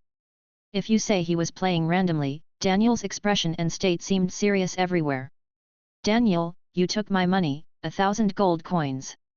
Principal Mueller also thought that if nothing unexpected happened, Mario Hawthorne could win the game smoothly, and he didn't need to pay back the 1,000 gold coins. Wow, Mario Hawthorne took Daniel Hawkins's ice cone. Although the shield was not broken, it would definitely break if he took another hit. I didn't expect that this Hawkins' junior brother had such a high magic strength. Now Daniel still had the spell counter in his hand, so he didn't dare to release the lightning arrow, so he planned to use the sheep transformation technique to deceive his junior brother's spell counter. So Mario Hawthorne began to release the sheep transformation technique, but at the same time, Daniel was also performing the same move. Now it depends on who can release it faster. Just when Mario Hawthorne turned into a sheep, there was a burst of surprise from the audience. No way, how could Senior Hawthorne's casting speed be slower than Hawkins's? Yeah, am I dreaming? Casting speed actually determines strength, could it be that Hawkins is stronger than Senior Hawthorne? No, it's impossible, Hawkins is only in his first year, and our Senior Hawthorne is in his 5th year. That's right, maybe Hawkins just got lucky. In the audience, only Principal Mueller knew that this was not luck. Chapter 71. A new hope emerges after a dark period. Principal Mueller clenched his fists. He really couldn't believe that Daniel Hawkins was stronger than Mario Hawthorne. If Daniel really used all his strength, Mario Hawthorne would definitely lose this battle. Faced with objective facts, he couldn't help but disbelieve now. Daniel Hawkins was a genius. Now, Principal Mueller pinned Mario Hawthorne's victory in this battle on that 1,000 gold coins, and he couldn't help but read it again in his heart. Daniel Hawkins, don't forget, you accepted the money from me. Facing Mario Hawthorne, who has turned into a sheep, according to Daniel's current strength, and Mario Hawthorne's shield has just been weakened, as long as he hits the senior with another ice arrow and passive, if it doesn't work, just use a few quick-fire ice cone techniques to basically end the battle. However, Daniel Hawkins' purpose this time was not just to win Mario Hawthorne, but to get some thunder spells from him for free. At this time, Henry Hawkins stood up on the stage and shouted, "Brother, kill him quickly, now, quickly!" The other noble students sighed and looked disappointed. Anyone with some experience knew that Senior Hawthorne was going to lose this time. Just when they all thought the battle was decided, Daniel Hawkins made no next move. After about 20 seconds, Mario Hawthorne was allowed to return to his normal self. Ah! What is Daniel Hawkins doing? He has wasted a good opportunity. Everyone speculated. Principal Mueller's expression relaxed when he saw this scene, and he thought to himself, it seems that my 1,000 gold coins were not wasted. However, he was still very disappointed in his heart. After all, he knew that his 2 proud disciples were not as good as John Dillon's first-year students. Although it is said that John Dillon can recruit geniuses, this is luck, but luck is also in the hands of the ancient gods. Why can the ancient gods give luck to John Dillon but not to him? Principal Mueller thought. At this moment, Henry Hawkins stopped talking. He opened his mouth wide and sat back. He couldn't help but wonder what his cousin was doing. Other aristocratic students felt that there was a bright future, and saw that Senior Hawthorne had regained hope of victory, so they also stood up and shouted enthusiastically, "Senior Hawthorne, come on, make that guy Daniel's third eye bloom." When Daniel Hawkins heard this, he couldn't help but frowned. He kept cheering because it sounded weird. Mario Hawthorne couldn't relax at all when faced with his junior's smile. From the moment he knew he had turned into a sheep, he knew that his junior was very capable and could control him for 20 more seconds, therefore, the boy in front of him should not be underestimated. He didn't dare to take it lightly this time. This time he used the fastest speed and the strongest magic intensity to pick up the lightning arrow. Of course, he was always ready with Daniel's counter spell. "Daniel, if you dare, you can take one of my lightning bolts," Mario Hawthorne said while guarding against Daniel. "Okay," Daniel said with his hands folded in front of his chest. After Mario Hawthorne used all his strength to hit the lightning bolt, the scene seemed like an explosion. I saw Daniel Hawkins' body shrouded in smoke, and countless lightning bolts were emitted around his feet. Each one was like an earthworm crawling out quickly on the ground, and disappeared after crawling a certain distance. Yes, the noble students all stood up and loudly celebrated Mario Hawthorne's victory. Henry Hawkins, on the other hand, sat there completely paralyzed, with his mind shut down and his heart filled with despair. It was over, everything was over, all the money was wasted, and his brother was still too confident in himself. If he had known better, he would not have listened to him. Yes, it would be best to put all your money on Mario Hawthorne. It's done. Principal Mueller breathed a sigh of relief. Haha, he thought, the winner is the king and the loser is the enemy. When the time comes, he will give away the 1,000 gold and get it back. After all, it is a huge sum of money. At the same time, he was still planning the commendation meeting, how to decorate the hall, how to arrange the seats of the nobles, and what to say in his speech.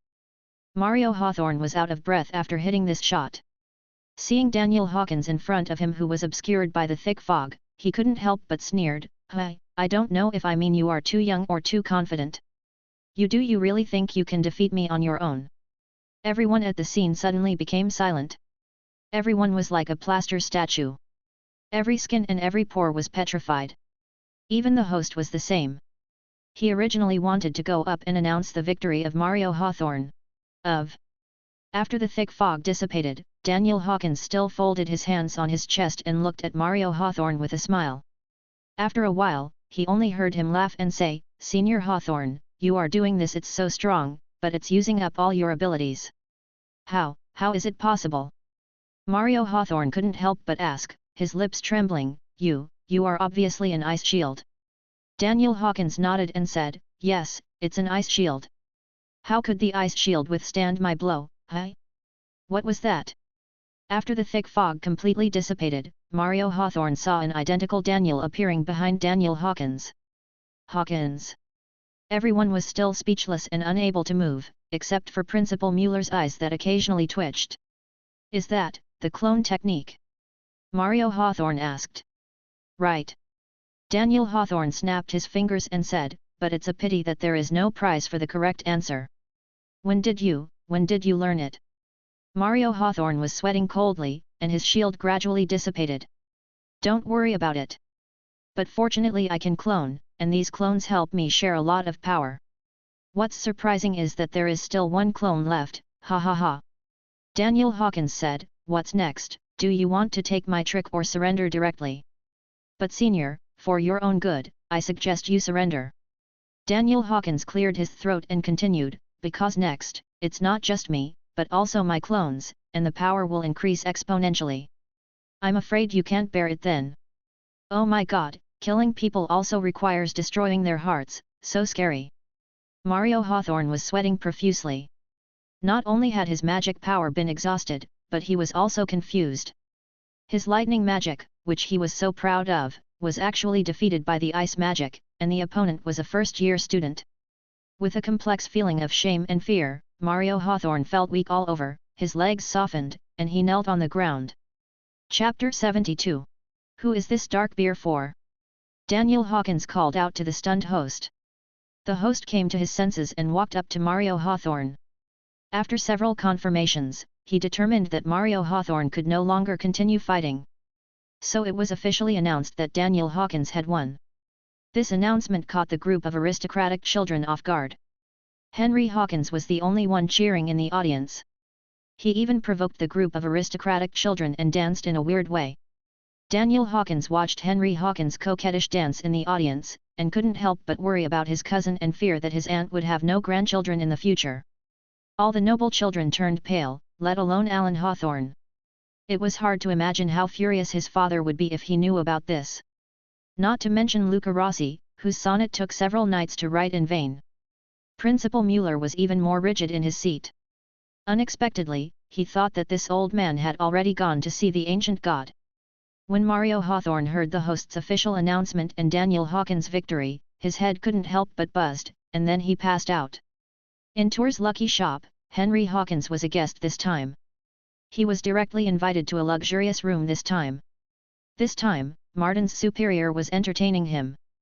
Mr. Hawkins, what would you like to drink? Said Martin's superior. Henry Hawkins remembered that his brother liked to drink dark beer, and he also wanted to be as majestic as his brother, so he wanted to imitate his brother as much as possible, so let's start with drinking, so he said, black beer. Little Martin's superior nodded and was about to go out with a smile on his face when Henry Hawkins continued to ask, by the way, where is little Martin? Oh, he is on the workbench outside. Now you are our honored guest, Mr. Hawkins. This time, I will serve you. The superior smiled. Oh, let's go back to Martin, I still like his service. Henry Hawkins said. Ah. The superior's eyes widened for a while, and then he quickly regained his expression and continued, Mr. Hawkins, don't worry, I will only be more professional and thoughtful than Martin, and I will definitely satisfy you. Henry Hawkins faced the flattering face of Martin's superior, coupled with his previous attitude towards Martin. He really couldn't like it, so he said firmly, "Let Martin come. This is a VIP room. According to little Martin's level, he is not eligible to enter." Little Martin's superior said. "Okay, then you can cash out all my money and deposit it in the bank." Henry Hawkins said coldly. "Ah? Mr. Hawkins, don't you want to continue betting?" The superior's expression showed a little disappointment for a moment. He thought, according to the funds Mr. Hawkins won this time, if he follows the previous betting method, his commission will also increase. Little Martin cannot eat such a big fat fish. However, the superior's disappointed expression quickly recovered, but it was still captured by Henry Hawkins. His brother Daniel once told him that when dealing with someone like his superior Martin, he should always keep an eye on his expression. All his thoughts are on his expression. At this time, I just heard Henry Hawkins say, "It's not that I don't want to bet, I want to bet at another store. According to my current principle, I can definitely go to the DeLorean Lucky Store. That, as far as I know, is the most popular place in the entire Seoul. The best lucky shop in Lafayette. Oh, this." The superior was a little anxious when he heard that Henry Hawkins was going to another store. If the Toll family knew that he had let the customer go, the punishment would be severe. Plus, Henry Hawkins has always won money from their store, which is equivalent to using their store's money to play in other stores, and getting cheaper from other stores in vain. Oh, if someone from the Tour family knew about it, being demoted and losing his job would be a trivial matter. I'm afraid he would never be able to appear in Serafia again. Henry Hawkins saw that his superiors were indifferent, so he got up and left. The superior quickly stopped Henry Hawkins and said with a smile on his face, "Guest, Mr. Hawkins, you have something to say, something to say." "I will call little Martin in right now." "And stout," said Henry Hawkins. Yes, no problem." Senior Martin responded repeatedly while bowing. "2 glasses," added Henry Hawkins. "Okay, hi." Martin's superior was stunned. Little Martin was guarding the workbench outside, feeling very depressed. His customers were snatched away by his superiors, and his colleagues were also laughing at him. "I just heard colleagues talking about him like this. I really thought I was great for following such an unexpected client. Humph, I really thought I could keep following him forever. If such a good thing happened, my superior would not be my superior." Little Martin felt even more uncomfortable when he heard the cynicism from his colleagues, but what can he do? This is the way the world operates. Being able to serve Mr. Hawkins for a period of time is considered a blessing from the ancient gods. At this moment, the discussions among colleagues stopped. Suddenly, everyone was immersed in their work. Even if they had nothing to work with, they would just pick up a file from the desktop and look at it. The superior's face was very dark, and he said to little Martin, "You, go in." "Ah!" Little Martin was stunned. "What is going on? I told you to go in, did you hear me? If you don't serve Mr. Hawkins well, you will be held responsible." The superior used this dignity to maintain his dignity. Martin came to his senses, responded, then walked out of the workbench, passed by all his colleagues with a confused look on his face, and slowly walked into the VIP room. All the colleagues just watched Martin pass by them, like a triumphant general, or like a big star in the public eye, looking at Martin with envy, jealousy, and even a little regret. After Martin entered the VIP room, Henry Hawkins saw him, stood up, and motioned him to sit down. Martin looked at everything in the VIP room. It was his first time to come into the VIP room. He even thought that even entering the VIP room to clean up was an honor, because his colleagues said so. All the information was already on the table. After Martin sat down, he looked at the table and sorted it out. He thought to himself that he couldn't be distracted. All this was the grace of Mr. Hawkins. He had to seize the opportunity and serve Mr. Hawkins seriously. Just as Martin was looking at the bets and calculating how much money Henry Hawkins had won this round, his superior came in with 2 glasses of dark beer. "Mr. Hawkins, here are the 2 glasses of dark beer you asked for." The superior put a glass of dark beer in front of Henry Hawkins and said, "Sir, you have a great alcohol tolerance. I can't even finish 1 glass, but you can drink 2. Just as the superior was about to put the second glass of dark beer in front of Henry Hawkins pouted at Martin and said, "This one is for Martin." "Hi. The superior was stunned again. Chapter 73. Insider Information. Ah, Mr. Hawkins, I don't want to drink. Little Martin waved his hand quickly and said. Don't you know how to drink? Asked Henry Hawkins. It's not that I don't know how to drink, I'm working now. Little Martin replied. That's all right, I won the money, let's celebrate. After Henry Hawkins finished speaking, he looked at his superior Johnny who was standing aside and said, Why are you still standing there? Hurry up and serve it to me. I saw Johnny looking at Henry Hawkins with a wry smile, smiling apologetically, and then facing Little Martin with a complicated expression, but not looking at him. At this moment, he didn't know what look to look at him with. When Little Martin saw the beer handed over by Johnny, he quickly stood up, took it from his superior with both hands, and said tremblingly, Thank you, Johnny. Johnny didn't say anything. After putting down his beer, he quietly exited with an expressionless face. Henry Hawkins raised his beer and smiled, Cheers. Faced with Henry Hawkins's enthusiasm and request, Little Martin could not refuse and smiled, Congratulations Mr. Hawkins, cheers. After they took 2 sips of wine, Little Martin took out all the information, calculated it and said, Mr. Hawkins, the total bonus you won this time is 45,125 gold coins. I don't know. What are your next plans?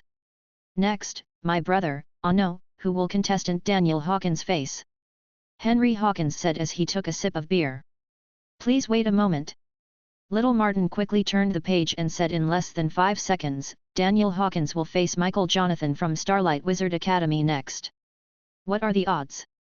Henry Hawkins was concerned. The odds this time are very exaggerated, reaching the point of 1 to 20. Martin Jr. said. What? 1 to 20? Henry Hawkins said, is the other party that strong?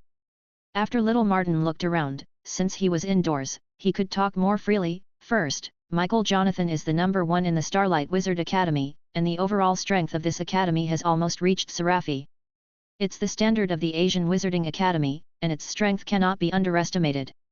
Furthermore, Little Martin continued, although their next battle will be between ice magic and ice magic, Jonathan is a master of ice magic. Not only has he reached the 7th grade, but he also has a bunch of research papers on ice magic. Some are even used as textbooks. Henry Hawkins nodded, fell back, leaned on his back chair, looked at the ceiling and sighed, wondering if his brother could handle such a master. Although Mario Hawthorne is also the number 1 student in Dawn Wizard Academy, the top rankings of students from Dawn Wizard Academy and Starlight Wizard Academy are not of equal weight at all. Mr. Hawkins, Little Martin said, I wonder what your next choice will be. Henry Hawkins turned his gaze from the ceiling to Little Martin again and said, Do you have any suggestions? Well, I think Daniel Hawkins is a man full of miracles. Martin Jr. said. So you think I'm going to continue betting on Daniel Hawkins? Henry Hawkins took a sip of beer. Little Martin shook his head. So, you think I'm going to bet on Michael Jonathan? Little Martin still shook his head, with a bitter look on his face. As an employee of Tour Lucky Store, I can't give suggestions to customers, let alone influence their thoughts. Otherwise I will be punished, so please understand. Henry Hawkins nodded and said, I understand, don't worry, I don't blame you. Please give me some time. Then, he looked at the ceiling again. Brother, I really want to believe you, but it's really hard for me to believe it. The room was quiet. Little Martin looked at Henry Hawkins' tangled face, and his little head was thinking. After a while, he finally couldn't help but said, Mr. Hawkins, actually. What actually? Asked Henry Hawkins. This time it was Little Martin's turn to struggle. Finally, Little Martin looked at the door again. After confirming that there was no one else in the room, he leaned forward and said in a low voice, Actually, I don't think you should place any more bets. You have already once you've made enough money, I suggest you quit when you're good. Although I've been in this business for a short time, I've seen many people win at first, lose at the end, lose everything, and lose their wives and children. The only winner is this store. Henry Hawkins was quite surprised when he heard what Little Martin said, so he said, Aren't you afraid of losing your job if you tell me this? I'm afraid, said Little Martin, but I just don't know why, I just want to say these words. Just think of it as what the ancient god asked me to say, and it is the ancient god's will. Besides, this money is strictly for said it belonged to Mr. Daniel Hawkins. Henry Hawkins nodded and said, "Thank you, little Martin, you are right, this money belongs to Daniel Hawkins, after all, he has made an account. Therefore, I decided to continue betting on player Daniel Hawkins, and I bought he wins." At this point, Henry Hawkins drank the stout all at once. After hearing this, little Martin felt that although this business could be done again, he was not as happy as he imagined, because he was very aware of these customers who were jealous of winning money, and for Lucky Store, they are not afraid of you winning money, but afraid of you winning money. You don't continue. Henry Hawkins' final decision was also very simple. He felt that the larger the amount, the greater the responsibility he had to bear. It was good to win, but it had nothing to do with him if he lost. Brother, Henry Hawkins thought, I hope you can continue to create miracles. After placing the bet and signing the contract, Henry Hawkins walked out of the room with Martin Jr. opening the door. After the guests in the lobby of Tour's Lucky Shop learned that Henry Hawkins bet on Daniel Hawkins, they did not remain silent this time. They all started whispering to each other, even the staff. Henry Hawkins thought they were laughing at him again, because during this time, he had become somewhat famous in Tour's Lucky Shop, and everyone gave him the nickname Silly Courage, which also meant very simply, just stupid and bold. Therefore, it felt uncomfortable to be pointed at by others, so he quickly left the store. Just after he walked out the door, he heard someone behind him calling him, "Hey, young man." Henry Hawkins turned around and saw a middle-aged uncle coming towards him. He said with a smile on his face, "Young man, I see you bought player Daniel Hawkins and he keeps winning. Do you have anything? Inside information? Can you share it?" Chapter 74. Facing. Principal Alex Muller was upset. After watching the game, when he was about to teleport back, he actually teleported himself to Songke Forest. If he hadn't reacted and concentrated on teleporting himself away again, he would have fallen into the trap of the ogre. Although he wouldn't be eaten by the ogre according to his ability, it would be troublesome to fall into the hands of the ogre. Alas, the ogre is not a trouble, Principal Muller thought, the next trouble is more difficult. Although Daniel Hawkins is also a student of Dawn Wizard Academy, Principal Muller really doesn't want him to win. How will he face Earl Hawthorne next? After returning to the office, Principal Muller locked the door and sat at the desk, holding his forehead with his two palms, rubbing his eyes with the base of his palms from time to time. Alas, it's really annoying. He took out a pipe from the drawer, put tobacco in it and took a deep puff. Although he had quit smoking, the last time he did it was to entertain Earl Hawthorne, and this time he did it to relieve his boredom. Just after taking this puff, Principal Muller coughed repeatedly. This time he couldn't bear it anymore, so he smashed the pipe against the wall. With a click, the well-made pipe he had collected for a long time was broken into two halves. The broken pipe seemed to be a switch, which made Principal Muller's anger come out all at once. He swept everything on the table to the ground, kicked the table with his feet, tore the curtains, and even knocked all the books he usually cherished to the ground. He was so angry that he stamped his feet and said, "Damn Daniel Hawkins, I can't stand with you. You obviously took my money, 1,000 gold coins, but you don't keep your word, you villain, bitch." Principal Muller vented for a while, and then there was a knock on the door, so he shouted in the house, "Wait a moment." After that, he waved his hand, and all the scattered items in the house floated into the air and automatically returned to their positions. After a while, the furnishings in the house were restored to their original state. Principal Muller simply tidied his appearance in front of the mirror and said, "Come in." After the door opened, a purple-robed wizard came in and saluted to Principal Muller. "Principal Muller, Earl Hawthorne is here. He is in the living room now and needs to see you urgently." Principal Muller heard it, his eyelids twitched and said, "I know, you go, tell him that I have something here and will leave immediately." "I know." The purple-robed wizard replied. Just as the purple wizard was about to close the door, Principal Muller called out, "Wait a minute." Does Principal Muller have any other instructions?" The purple wizard said, holding the door handle with one hand and the door frame with the other hand. "Just tell Earl Hawthorne that I'm not here and I'm out for something." Principal Muller said expressionlessly. "Ah, this." The purple wizard was a little embarrassed. "What's wrong?" Principal Muller asked. "I see Earl Hawthorne is angry and anxious, and he must see you." If I report to Earl Hawthorne like this, I'm afraid," said the purple wizard. "It's okay. If Earl Hawthorne is really anxious, you can let Paul Mueller go to receive him. Paul Mueller is my brother after all, there's no problem, go." Principal Mueller said. "Yes." The purple wizard nodded. At this moment, Principal Mueller didn't know what attitude and method to use to face Earl Hawthorne. Forget it, let his younger brother Paul go up first. Since they didn't know how to face it, they didn't face it. Then, Principal Mueller teleported and disappeared in the office. For several days, they couldn't find Principal Mueller, and no one knew where Principal Mueller went. Because Daniel Hawkins won, the slum students reoccupied the feng shui treasure land of the cafeteria. This time, all the noble students consciously shut their mouths and ate quietly. Looking at their expressions, it seemed that they were not eating rice, but rice fields. After the slum students gained the upper hand, they all started chatting. It was nothing more than the noble students shaping Mario Hawthorne before. How they shaped Mario Hawthorne, this group of slum students shaped Daniel Hawkins in the same way.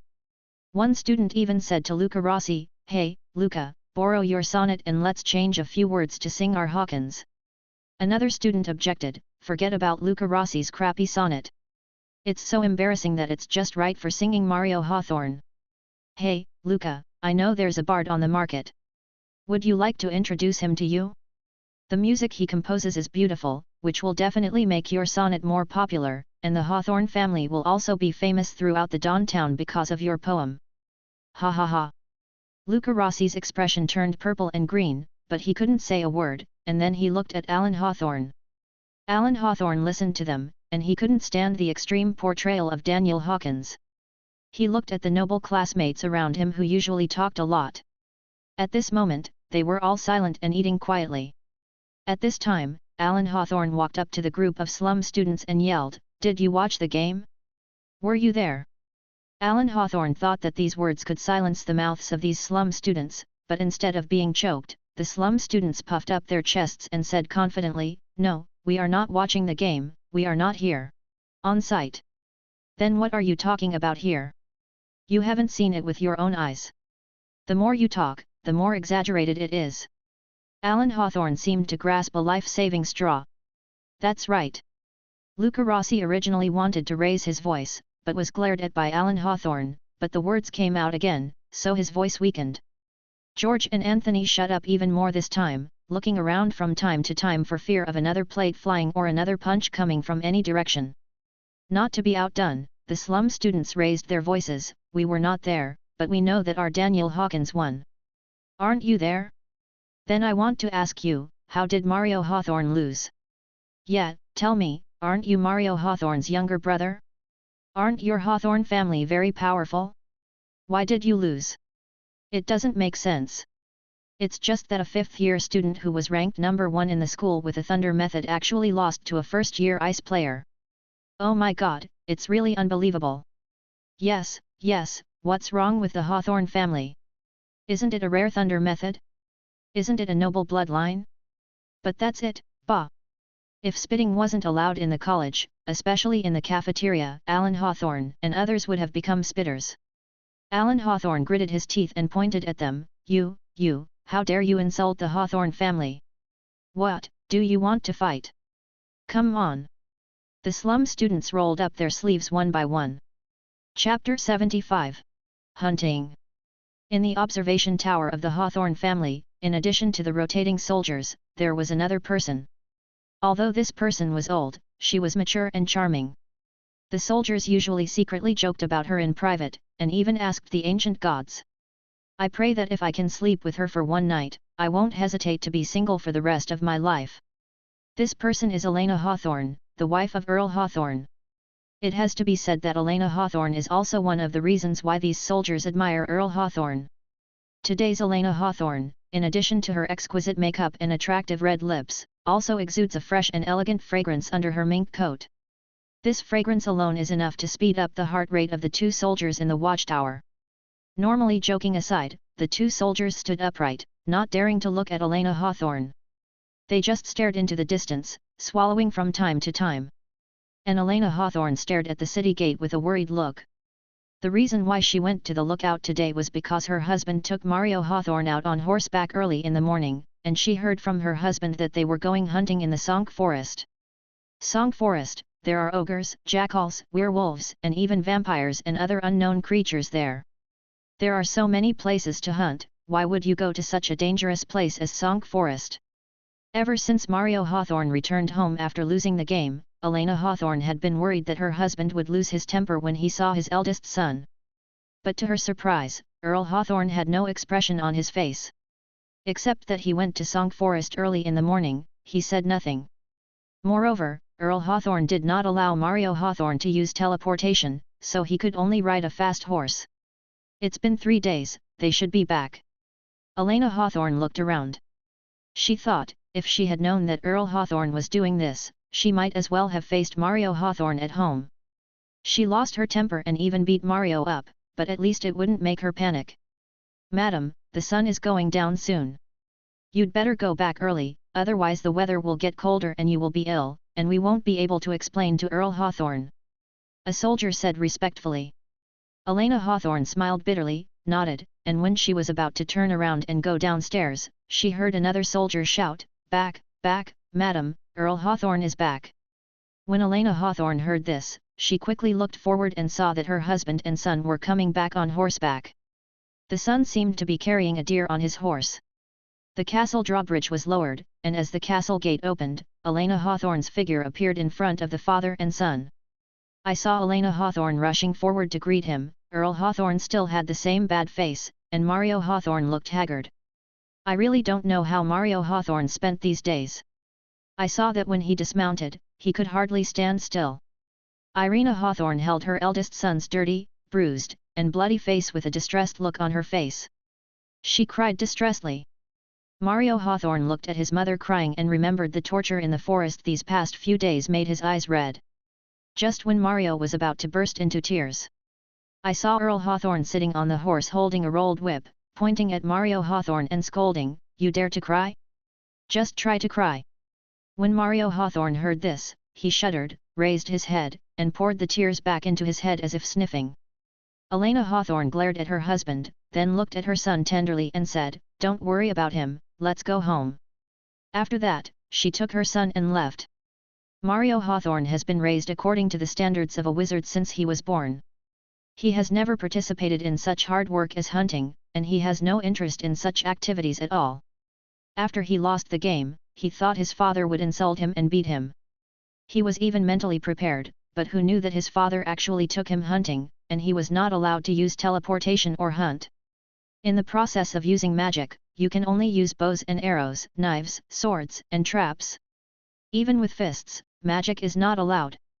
How could Mario Hawthorne do this with no hunting experience, so he thought of just showing off with his father. But then the father said coldly, "At least hunt a deer for me. When you hunt it, we will go back." Ah, there are actually rigid standards. Mario Hawthorne thought, how could this be possible? He complained, "I have never hunted before, I don't know how." "If you don't know how, I will teach you now and you learn now. When you learn it, we will go back." Earl Hawthorne said, "If you never know how, we will die here." Mario Hawthorne was very aware of his father's current state. His father's tone and demeanor made him understand that this was not a joke. It was precisely because of his father's temperament that he became the first of the 4 nobles in Dawn Town. In desperation, Mario Hawthorne could only sleep outdoors with his father for the past few days. Under his father's beating and scolding, he finally shot a deer. In just 2 days, Mario Hawthorne's thin-skinned hands were already stained with blood, especially his crotch. Growing up, he usually traveled by carriage or teleportation. He had ridden a horse. Now a layer of skin has fallen off his crotch, and it hurts like hell when touched. Now back home, Elena Hawthorne prepared hot water for the bathtub and ordered the servants to prepare the food her son liked. Compared to eating, Mario Hawthorne wanted to take a nice bath now. He felt itchy all over his body. Oh my God, lice must have settled in his body. Just when Mario Hawthorne was about to take a bath, he heard Count Hawthorne say, "You, go and carry the deer in."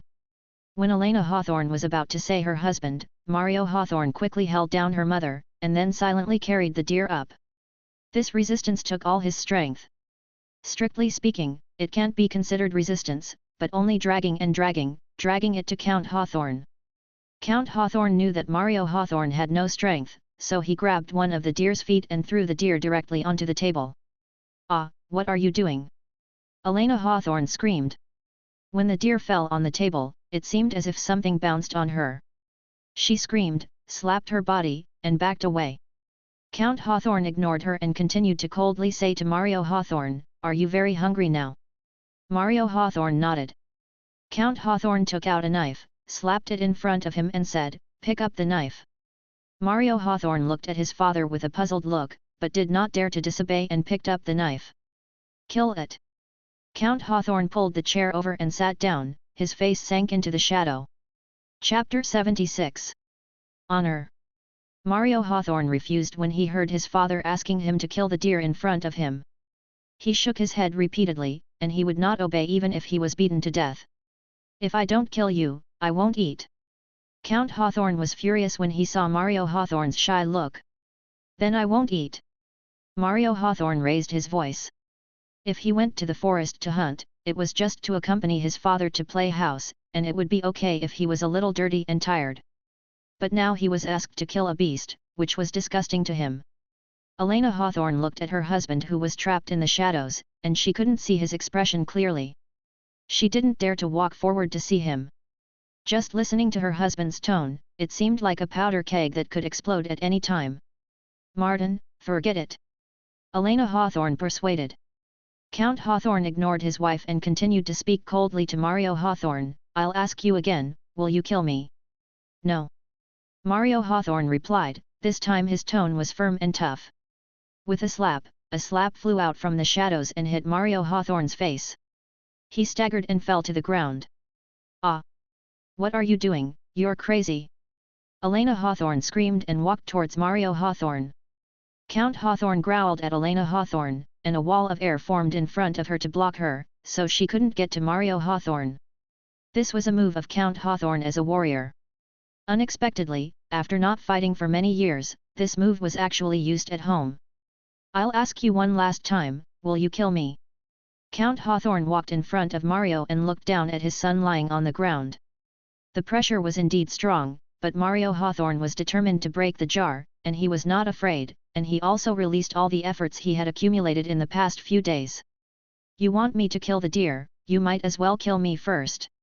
When Elena Hawthorne heard this, she couldn't help but take a breath. "Oh my God, son, you can't fight your father like this." Before she could say anything, Count Hawthorne picked up Mario Hawthorne with one hand, stuffed the dagger into his son's hand, and then grabbed his son's hand and cut open the deer's belly. "No." Mario Hawthorne resisted while casting a spell. He was going to release a thunder shield, but Count Hawthorne pushed his head and interrupted his spell in this way. "Do you want to use magic on me? Don't think that you are really great just because you become a wizard. Besides, you are just a very bad wizard." Count Hawthorne lifted Mario Hawthorne's head to his mouth and whispered, "When I killed the wizard, you were not born yet." After Count Hawthorne finished speaking, Mario Hawthorne had no time to react. He took his son's hand and cut a knife on the deer's belly, then grabbed his son's hand and reached into the deer's belly to take out the internal organs. At this time, Mario Hawthorne finally couldn't stand it anymore, and he couldn't resist his father. When his hand touched the intestines or stomach of the deer, he vomited directly on the dead deer. Mario Hawthorne's vomiting was still very effective. Count Hawthorne's feet retracted inwards, and then he threw Mario Hawthorne to the ground. "Martin Hawthorne, I'm not done with you." Elena Hawthorne slapped the air wall and cried. Seeing his son's face bruised and yellow from vomiting, Earl Hawthorne roared in anger. The roar of this soldier shook the doors, windows, chandeliers, and even the deer's internal organs. The soldiers stationed outside the door were so scared that they ran in and asked hurriedly, "What's wrong? What's the situation?" Only Elena Hawthorne knew that her husband was expressing his pain. After Earl Hawthorne drove all the soldiers out and asked them not to come in no matter what happened, he cursed. "Either you kill this deer and eat it, or you don't go back to the Wizard Academy and don't be a wizard in the future. You actually knelt down in front of a poor man. I would rather you die in battle than kneel down in front of civilians. The family reputation we have fought for several lifetimes has been ruined by you." "Ah!" Earl Hawthorne roared at the ceiling again, and then he knelt down. You said you wanted to be a wizard, a good wizard academy, you can't pass the exam, so I specially sponsored Alex Muller, dredged up the Wizard Association, united various nobles, spent a lot of money, and set up a wizard academy for you. I found the best teacher for you during tutoring. Even during the competition, I didn't expect much from you. Why did you kneel in front of the lowly people? Ah! Facing his father's questioning, Mario Hawthorne listened to it. After the competition, he felt afraid of his father's blame. Now that he really faced his father's blame, he felt guilty and couldn't say a word. I only heard Count Hawthorne continue to curse. This time, there was a sense of complaint in his curse. No one in our Hawthorne family is afraid of death. Why are you so afraid of death in your generation? I know it's all because of the Wizard Academy. You wizards know how to hide behind our warriors to cast spells. It was the Wizard Academy that made you so cowardly. God, with the money I spent on the Wizard Academy over the years, I could have supported so many people and expanded so many armies. If I had saved all that money, I could even have merged the other 4 major families in Dawn Town. Elena, it was you who insisted on training our children to become wizards. You said that the world would be full of wizards in the future, but look at what I got after spending all that money. What I got was humiliation from my son. Earl Hawthorne spoke a series of words that he had been holding back in his heart for the past few days, and now he vented them all out. When he said the last sentence, his tone finally weakened, and the air wall blocking Elena disappeared. After Elena Hawthorne found that the air wall disappeared, she rushed to her son, picked up Mario Hawthorne, and scolded her husband, "These are not the son's fault. Didn't you say hello to the principal? No matter how many mistakes he made, it's not the son's fault. Besides, we have made such a great contribution to the Dawn Wizard Academy, it's not our fault." Count Hawthorne seemed to be awakened by his wife, thinking, "Yes, it's not our fault. Strictly speaking, as long as I want, he can swallow up the fiefs of other nobles, which means that the whole Dawn Town is mine. Although the Dawn Wizard Academy is under the jurisdiction of the Wizard Association, most of the funds are from me. Why? I only asked Alex Muller for a small request, why can't he do it, or he doesn't want to do it? No, I must ask for an explanation." Count Hawthorne thought of this and couldn't help but clenched his fists. This group of wizards who sit back and enjoy the fruits of others' labor and are humble don't know what honor is at all. Chapter 77. Core Technology. Next is the individual competition, so the organizer, Seraphia Wizard Academy, has loosened the rules again. Last time, the principals of all parties were allowed to visit, but this time the remaining 4 contestants can move freely. When Daniel Hawkins saw this notice, his eyes lit up, and he couldn't help but find the purple-robed wizard who issued the notice and asked, "So I can leave Seraphia Wizard Academy?" The purple-robed wizard nodded and said, "Yes, but don't think about buying some alchemical drugs that can temporarily increase magic power outside. We can all know who drank these drugs. Once discovered, not only will you be disqualified from the competition, but you will also be deprived of your status as a wizard student. In more serious cases, the Wizard Association will jointly remove your wizard qualifications." "Remove wizard qualifications?" Daniel asked. "That is, they have a way to remove all your magical abilities, so that you will never be able to use magic in your life," the purple-robed wizard said loudly, which was both a warning to Daniel Hawkins and a warning to other contestants. "The last point, no matter where you go, you must come back at midnight at the latest," the purple-robed wizard said. After announcing the precautions and the time of the game, the purple wizard dismissed the players. Just as he was about to leave, Daniel Hawkins looked at him with a smile. "Mr. Hawkins, do you have anything else to say?" After this period of time, the purple wizard has remembered the names of most of the players, especially those who have won. Daniel Hawkins stepped forward and said with a smile, "Nothing, I just want to change rooms to my senior Mario Hawthorne's room." "Is there anything wrong with your room?" The purple wizard was a little reluctant, because it was evening and he was going to get off work. If he changed rooms, he would have to arrange for someone to clean up, and this kind of thing was only done by their lowest purple wizards. Besides, the rest of the purple wizards had left at this point. So I only heard the purple wizard say, "My room has no windows, it's too depressing and stuffy. Now that Mario Hawthorne has left, it's empty anyway, so why not give it to me?" Daniel Hawkins said with a smile. "Okay, I'll change it for you tomorrow. The purple wizard said, and was about to leave. Oh, teacher, can we change it today? Daniel Hawkins said, scratching his head, I really can't stay in that room anymore. I said tomorrow, I've worked all day, I also need to rest. The purple wizard said. I understand. Daniel walked up, patted the purple wizard on the shoulder, and then stretched out his hand. The purple wizard looked confused, what was he doing? Daniel Hawkins said, let's shake hands. The purple wizard stretched out his hand, and Daniel immediately said, the other one. Daniel Hawkins grabbed the purple wizard's right hand, shook it and said, I'm really sorry to bother you. I'll live here from now on. I really can't stand a room without windows. Please. After shaking hands, the purple wizard was really impatient. When he was about to refuse, he felt something foreign in his hand. He opened his palm and saw that it was a gold coin. Then he clenched his fist and looked at Daniel Hawkins, who saluted him repeatedly. Teacher, please. Oh my God, what kind of rich kid is this? He actually used a gold coin to change rooms. His head turned quickly, searching for the status of the Hawkins family. No, Hawkins is not a noble. I have never heard of it. Are they from the northern border area? Thinking of this, the purple wizard shook his head again and again. No, the behavior and tone of Daniel Hawkins in front of him are not the style of a noble kid. He lacks the pride of his status. He continued to think that even if those noble disciples claimed to be humble, they were humble with pride of status, and Daniel Hawkins in front of him, especially under the blessing of Jinsha, was really humble. His behavior pattern, I have to say, really makes people feel comfortable. Mr. Hawkins, please wait, I will arrange it for you right away. The purple-robed wizard couldn't help but return the greeting to him. We at Seraphia Wizard Academy are serious about the needs of the players. In less than half an hour, Mario Hawthorne's room had been completely renewed, and there were even 2 glasses of beer and a plate of dried meat in it. The purple-robed wizard said, sometimes I see that you like to take beer to the room to drink, so I specially prepared it for you. If you need anything in the future, just come to me. Okay, thank you. Daniel Hawkins smiled and nodded to the purple-robed wizard. Although it was a bit high to exchange a room for 1 jinsha, he would have to stay here for at least 2 weeks.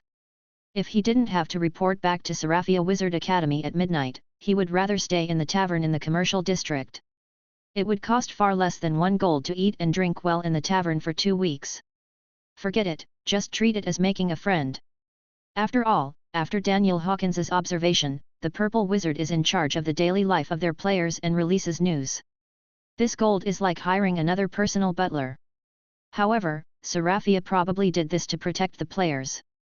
There are many gamblers outside. For money, they may do anything. After all, it is better to be safe than sorry. After sending the purple wizard away, Daniel Hawkins immediately opened the system panel, activated the lightning arrow that he got for free from Mario Hawthorne, and spent 70 gold to upgrade it to level 5. Thunder Mage. Lightning Arrow LV5. Alas, after all this time, I only got a lightning arrow for free. But there is no other way. Thunder Mage is really good against Ice Mage. The damage is at least 3 times stronger than other spells against Ice Mage. If his magic strength is not higher than Mario Hawthorne, and he has activated and upgraded his clone, he would not be able to withstand Mario Hawthorne's lightning arrow that concentrates all his magic power. To be honest, even if he summoned his clone, he was a little scared when he took on Mario Hawthorne's lightning arrow. Forget it, if I can get one for free, I'm going to fight against Ice Mage in the next game, and I heard that he has developed many valuable moves for Ice Mage, and I heard that there are many papers. This did not give him such a headache. The way to play is nothing more than continuing to open the shield, seeing what moves the opponent makes, and finally copying them all. According to the magic strength, he can win by just fighting a war of attrition, and he doesn't need to use magic of other elements, which will not affect his odds. Thinking of this, Daniel Hawkins closed the system panel and prepared to go find his beloved cousin. I wonder if Henry Hawkins has placed the bet according to his request. If not, haha, I hope the ancient gods can protect him. Chapter 78, Hearing is worse than meeting.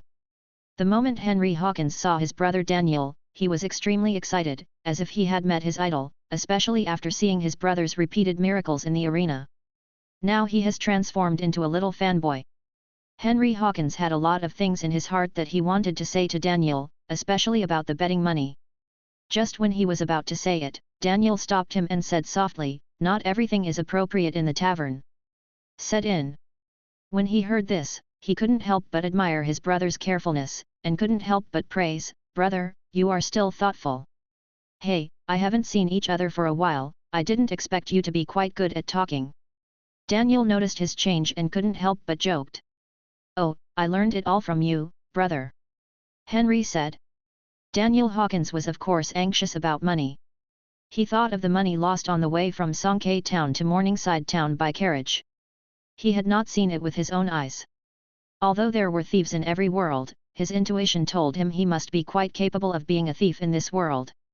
Therefore, facing a huge sum of money, he had to be careful this time. When Henry Hawkins saw his brother's troubled look, he could guess what his brother was thinking. He must be looking for a suitable place to talk, so he said to his brother, "Brother, I know a place where I can rest assured and relax. Let's talk." Daniel Hawkins looked at his brother, his eyes lit up, and he said, "Where is he?" Henry Hawkins didn't say it directly, he just stood up and said, "Hey, come with me." Little Martin recognized the two Mr. Hawkins at a glance from the door. Especially when he saw Daniel Hawkins, he was so nervous that he was speechless and his hands were shaking. Seeing this, Daniel Hawkins smiled and said, "Relax, I haven't won the championship yet, and you are like this. If I win the championship, it's hard to imagine what your state will be like.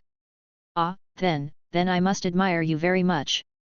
Little Martin couldn't even speak at this time. In addition to Little Martin, colleagues, customers, and Superior Johnny also came out. He wanted to serve the two Mr. Hawkins personally, but he thought of Henry Hawkins's attitude towards him before, so he had to stand aside quietly. Looked at them. When Johnny saw his subordinate Martin Jr. talking and laughing with Hawkins, his eyes changed from anger to viciousness. The customers also looked at Daniel Hawkins, who had always been upset, and even came up to him and asked, "Mr. Hawkins, how confident are you about the next game?" "I will definitely win. I swear to the ancient gods. I am very confident," Daniel Hawkins said. He originally thought that these customers asked him these questions just because they wanted to bet on him to win. Even if they didn't buy him to win, at least it can also be used as a reference when placing bets. Unexpectedly, I just heard these customers say. "Ha ha ha, did you hear that? He said he would win. Ha ha ha, to be honest, I was struggling for a few days, but now I don't have to worry about it anymore. Yes, it's better to be famous than to meet him. I didn't expect this boy to be so young, so frivolous, and overconfident. Yes, you don't look at this kid's previous opponents. It's not surprising that he can win, and luck also has to be taken into consideration. It's decided, let's buy this kid's opponent, Michael Jonathan, to win." "I agree, kid. Thank you for running over here. I'd better not worry until you see it with your own eyes." Ah! Daniel Hawkins couldn't help but take a look at himself. Why is his image so bad? Why do he have so little confidence in this group of gamblers? When he wanted to kindly encourage these gamblers to buy him, he only heard Little Martin say, "Mr. Hawkins, I wonder what you want to do here today? Do you still want to continue betting?" Henry Hawkins shook his head and smiled, "Let's still place a bet. All our money has gone in, as you know. If you can provide us with a quiet and undisturbed room, just like last time, of course, beer is the best thing. Well, as you know, our Hawkins family just loves dark beer." "Ah!" Little Martin glanced at Johnny, but he didn't ask for Johnny's eyes yet, and said directly, Yes, I will arrange it for you now until closing time, you can stay as long as you want." In this way, they were taken into the VIP room. The customers outside the VIP room looked at the two young men and mocked. "Good guys, none of them are nobles, they all call themselves the Hawkins family. Yes, are there any people as cool as them? They're just a bunch of civilians. I don't know what they're after. If it's money, no one has a lot of money. That's right, it just depends on when they lose to the point where they don't even have their pants on." After Daniel Hawkins entered the VIP room, he couldn't help but pat Henry Hawkins on the back of the head and said with a smile, "Okay, it seems that you have grown a lot during this time, and you even entered the VIP room. Oh, it's all thanks to you, brother. Henry Hawkins scratched his head and laughed. After the two brothers clinked glasses, Henry Hawkins told his brother everything that had happened recently. Daniel Hawkins listened attentively while nodding and drinking. It has to be said that Henry Hawkins is really meticulous about everything, but when faced with his cousin's enthusiasm, it is not easy for him as an older brother to interrupt him. Finally, Daniel Hawkins caught the key point, which was also the point he cared about the most. That is, although Henry Hawkins had wavered in his mentality and lacked confidence in his brother, he still bet all his money on his brother in the end. Therefore, his total prize money is now more than 45,000 gold, not bad. Thinking of this, he nodded with satisfaction, especially the next odds were as high as 20 times, he couldn't help but feel ecstatic. Henry Hawkins talked incessantly, and even told about his affairs with Martin and his superior Johnny.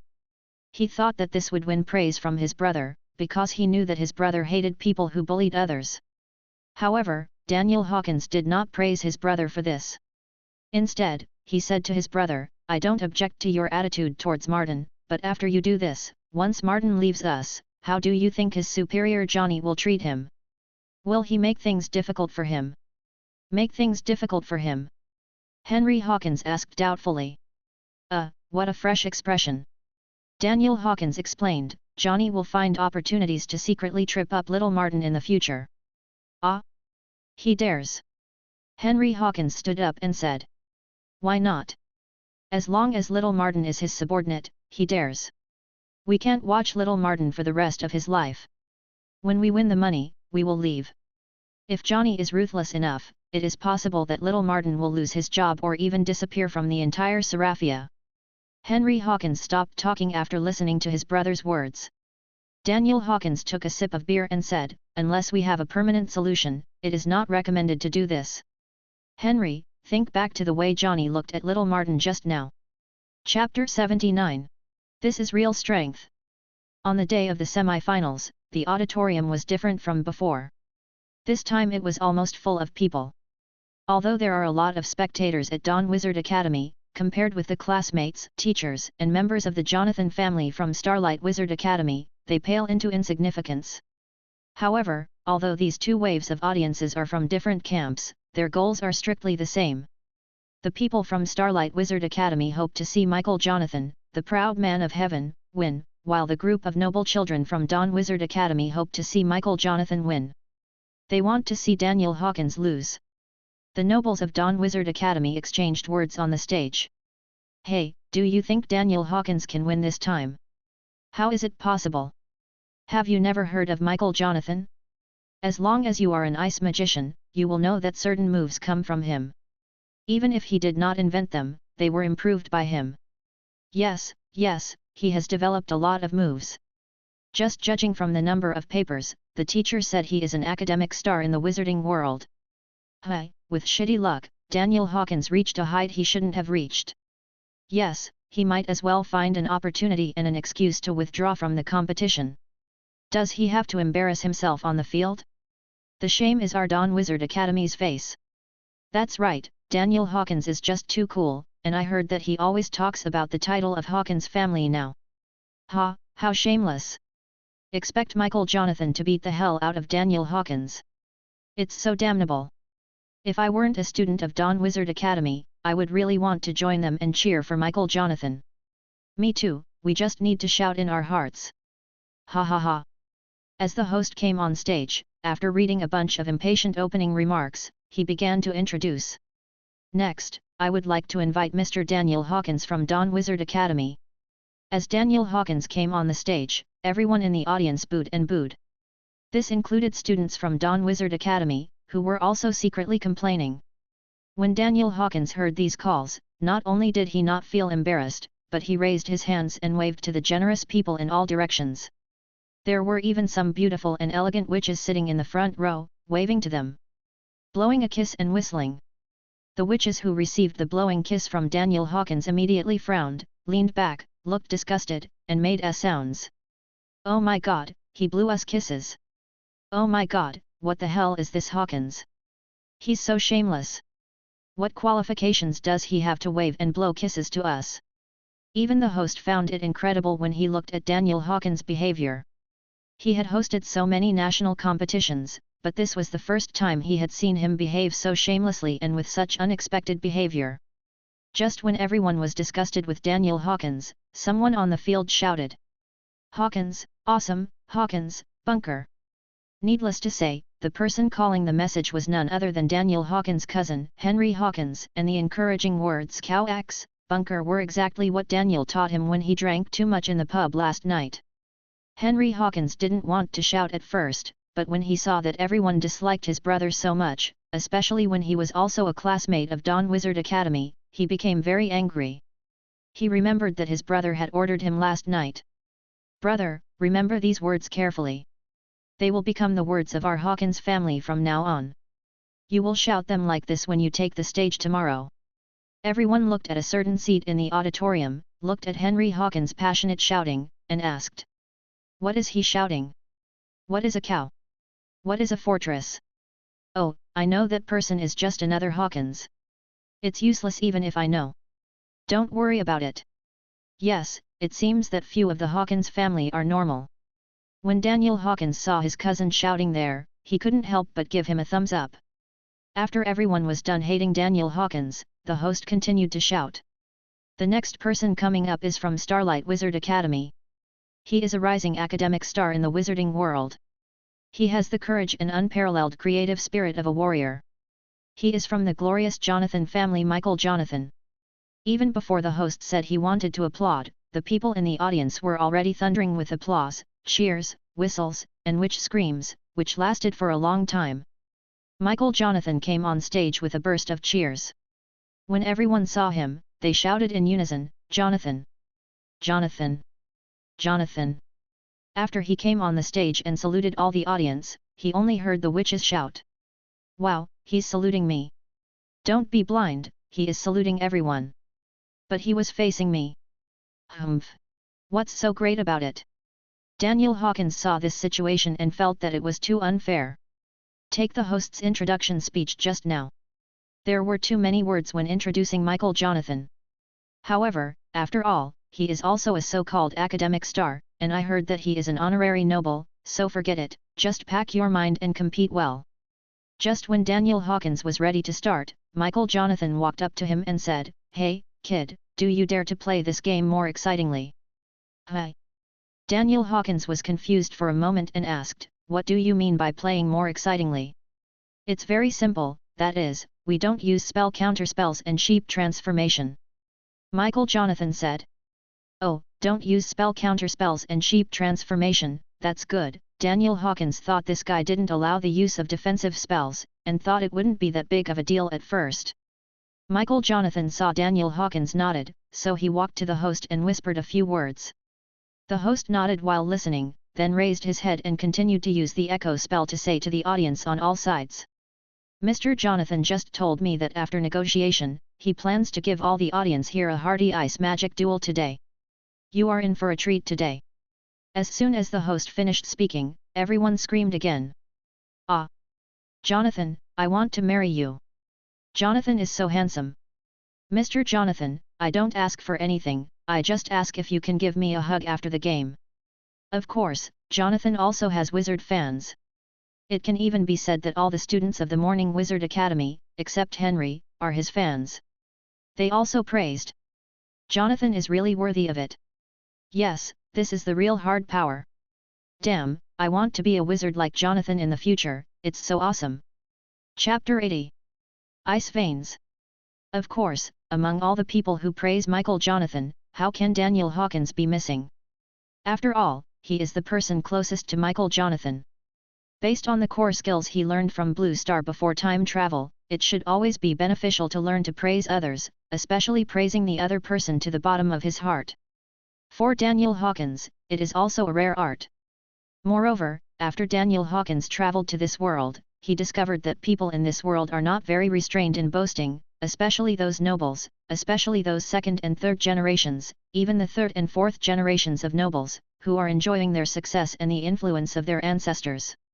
Especially likes to be praised. Anyway, for Daniel, praising people will not lack a piece of meat. When he saw him, he clasped his fists at Michael Jonathan and said, "Senior Jonathan, I'm just a freshman in the first year. Please give me your advice. Michael Jonathan looked at his fist-clasping posture and found it very strange. Judging from the other party's attitude, it was obvious that he was saluting rather than provoking. However, he had never seen such a saluting posture before, so he asked, "You, the posture is?" "Oh, it's the salute gesture of our Hawkins family," Daniel Hawkins said. "I've heard about the Hawkins family." Michael smiled and said, "I heard that you lost your nobility status because you offended the local church. It is said that I know that you were once knights." "Ah, I didn't expect you to know our lowest level noble status and such an unpopular experience," Daniel Hawkins praised. "Senior Jonathan, it seems that you are not only very knowledgeable in magic research, but also so knowledgeable and knowledgeable. You are indeed our role model. Our teachers always talk about you and ask us to learn from you." Michael Jonathan didn't know what to say for a moment when he heard Daniel Hawkins' praise. After a while, he said, "But, having said that, you are no longer their nobility, so they cannot call themselves the Hawkins family." Daniel Hawkins looked at Michael Jonathan's expression and reaction and thought, "It's done," so he continued to strike while the iron was hot. "That's why I wanted to participate in this competition, to see if I can get the glory back for the family." Michael Jonathan nodded and said, "I appreciate your courage, but you can only stop here today. However, it is your honor that you can fight with me." "Damn it, these nobles are so shameless," Daniel Hawkins thought, but still smiled. "I know that once the game starts, it is normal to lose your life, but I..." "Don't worry." Before Daniel Hawkins could finish speaking, Michael Jonathan stretched out his hand to stop him and said, "I'll just leave you alive." With the host's announcement, the game officially begins. It's still the same as before, both sides give priority to shielding themselves first. Since he had agreed not to use spell counterattack or sheep transformation, Daniel Hawkins folded his hands in front of his chest and waited for the opponent to attack. What was different about Daniel Hawkins this time was that he had several hundred gold coins in his pocket. Although he had seen Michael Jonathan's numerical value in advance, and he was very sure that his magic power was higher than that of his opponent, he still wanted to spend money to temporarily upgrade his skills just in case, if he really couldn't stand the confrontation anymore. This is a little bit of money he left for himself. Of course, he will not spend the money if he can. "I saw Michael Jonathan rubbing an ice arrow." Daniel Hawkins thought it was just an ordinary ice arrow, but when Michael rubbed the arrow out and hit him, Daniel heard the system prompt. In fact, he didn't need any prompts from the system. He discovered that Michael's spellcasting speed was very fast, and he saw that Michael's hands were shining. Before Daniel could react, the second ice arrow hit Daniel. He was hit so hard that he took a step back. "What the hell is going on?" Daniel looked at Michael Jonathan in surprise, but... The third note. The fourth note. The fifth note. Whoosh, whoosh, 8 ice arrows hit him in a row, and Daniel Hawkins' ice shield was broken. Before he could release the next ice shield, Michael Jonathan merged all the passives above his head and stabbed Daniel directly. In desperation, Daniel could only release 3 clones immediately. This passive shot accumulated 8 ice arrows, and the 3 clones were killed in one fell swoop. Isn't this my move?" Daniel Hawkins asked. "Yes, I read your paper, even though it was a long and stinky one," said Michael Jonathan. "Ah! I didn't expect that Senior Jonathan has read my thesis. It's such an honor." Daniel continued to activate his boasting skill. "I will read anything related to ice magic. Your move is indeed very good, but it also needs practice." Michael Jonathan said, "Junior Hawkins, I guess you don't have any defensive measures now." "Come on." Michael Jonathan said confidently, "But according to your 1 school year, your shield can withstand 8 of my ice arrows, and you can also control 3 clones freely, which is already very powerful. I am very optimistic about you, but this time there is only one winner in the game, and that's me." "Why is your frostbolt casting speed so fast?" Daniel Hawkins asked. In fact, he asked the question for another reason, which was to delay time and see if he could delay until the next ice shield cooldown time. If you have read my paper, you will know that this is the ice vein, which can greatly increase the casting speed in a short period of time. Michael Jonathan said, "Many people have read my paper, but few can do it. Between knowing and doing is the road to genius. What's more, the skill of ice vein is my famous skill." Michael Jonathan continued, "Brother Hawkins, do you want to surrender now? According to my intuition, you should have no defensive skills now, and you should pay attention that you can't use spells to counter. Yes, I still have the Earth Shield, Daniel thought, but there is still a game later, and it can't affect the odds. He was still thinking about continuing to use the boasting skills or asking questions to delay time, but it was useless.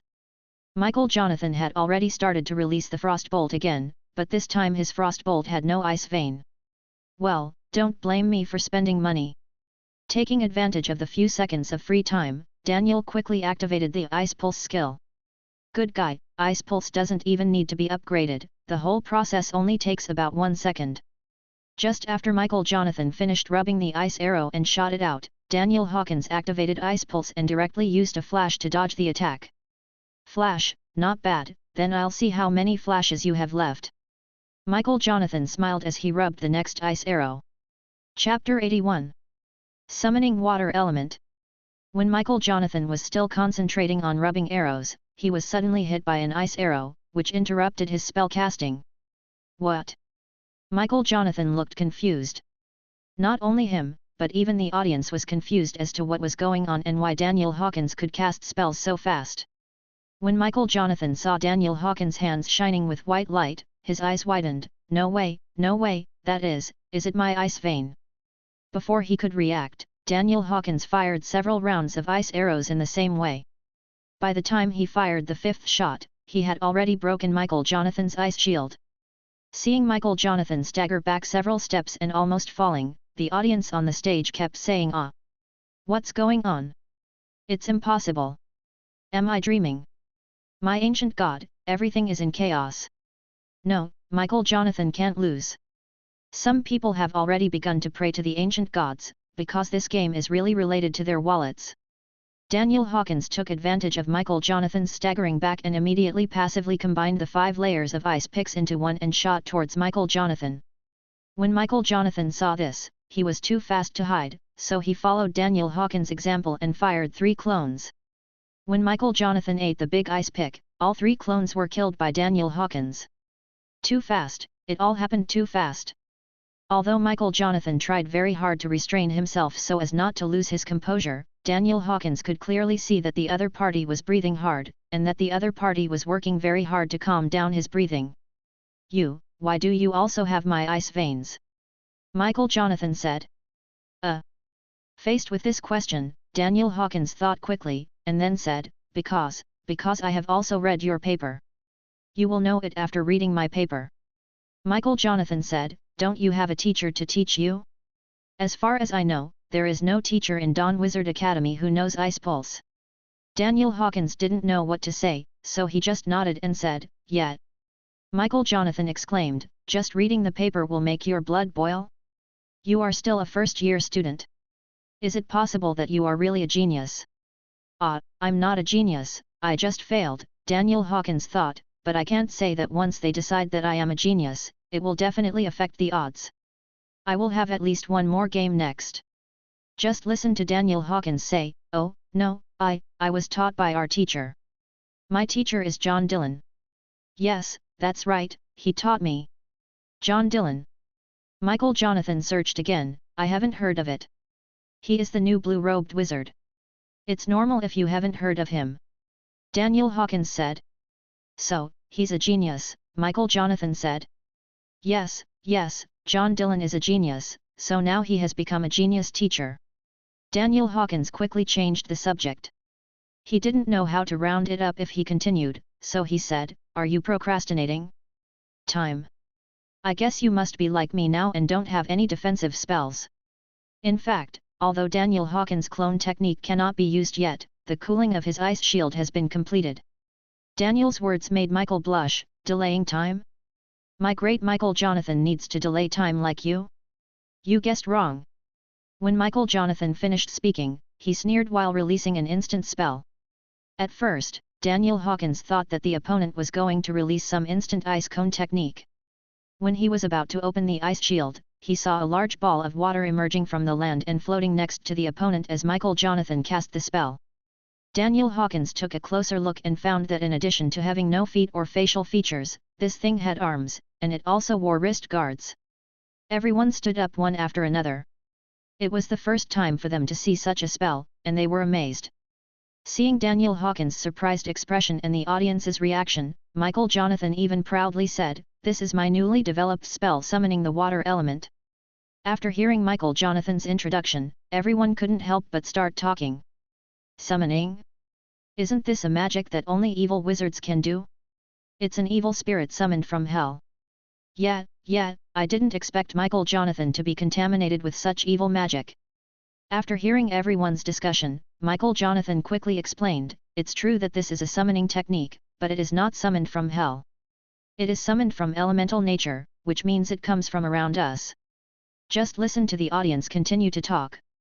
"Ah, why can't I understand what he said? Mr. Jonathan means that we have such big water balloons around us. Fart, how is that possible?" Listening to everyone's discussion, Michael Jonathan quickly said loudly, "Although the paper has not been published yet, my spell has been certified by the Wizards Association." "Ah, it turns out it was certified by the Wizards Association, so it'll be fine. Well done, Mr. Jonathan. Wow, this is another bold innovation. Mr. Jonathan is so awesome." Listening to everyone's praise, Michael Jonathan looked at Daniel Hawkins and said, "This magic paper has been written, but it has not been officially published. There is no way you can do this." Daniel Hawkins looked at the cute big water polo and shook his head repeatedly. He thought to himself, "The harvest from this game is too great. I must give it for free. I want a big water polo too. Also summon the water elemental." It was too late, but so fast. At this moment, the water element was seen releasing ice arrows towards Daniel Hawkins. When Daniel Hawkins saw this, he did not panic. Instead, he opened his shield and spread his hands to welcome the ice arrows from the water element. Everyone looked at Daniel Hawkins' posture and state and wondered if there was something wrong with his brain. Just after Daniel Hawkins was actually hit by the water element's ice arrow, he quickly turned on the system and couldn't help but excitedly said in his heart, "Activate, activate, I want to activate." However, there was no response from the system panel. Daniel Hawkins clicked on every column, but there was no frame for activating the water element. What's going on? Chapter 82. Just when Daniel Hawkins was still dazed, the water element fired another ice arrow. Oh my god, the power of the ice arrow released by the water element was exactly the same as that of its master. Moreover, Daniel Hawkins also noticed that Michael Jonathan had accumulated 2 passive ice picks on his head. In other words, the passive caused by the ice arrows released by the water element would be counted on the owner's head. So, why couldn't Daniel Hawkins copy the water element?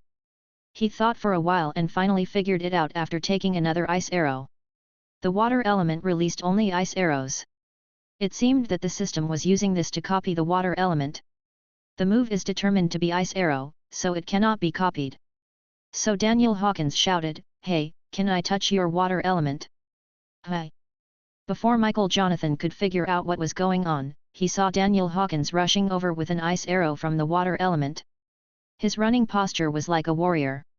Everyone in the audience was laughing. "Oh my god, why not change your profession and become a warrior?" Ha ha ha, yes, looking at his running posture, being a wizard really makes him feel wronged. The running posture is really ugly. Daniel Hawkins didn't care about the audience's ridicule. He actually knew it well. He knew that his shield could withstand 8 shots of ice arrows from the opponent. Now it was only the 4th shot. When he ran in front of the water element, I felt that the water baby in front of me was frightened and took a step back. It was probably just an illusion. However, forgetting all that, I saw Daniel Hawkins giving the water element a big bear hug. "You, what are you doing?" Michael Jonathan has never seen an opponent like this before, and the logic of his behavior is really inexplicable. And, most importantly, the water element was held by him so that he could not cast spells. "Hurry up and let go." Michael Jonathan was a little hairy. He stretched out a hand and released a cold ice wind spell directly towards Daniel Hawkins. Daniel Hawkins suddenly felt a strong wind pressure. He could no longer hold the water element and was bounced away by the wind pressure. I saw Daniel Hawkins being thrown to the ground, about 10 meters away. The audience saw Daniel Hawkins tumbling on the ground, and this embarrassing appearance made them feel very funny. In addition to the continuous laughter, they all felt that their wallets and assets were protected. Sure enough, in their hearts, Michael Jonathan will never let them down. Daniel Hawkins didn't pay attention to their ridicule. Instead, he laughed first. He quickly clicked on the system panel. Ice wind technique detected. Whether to activate? Yes. Ice wind technique has been activated. Water element detected.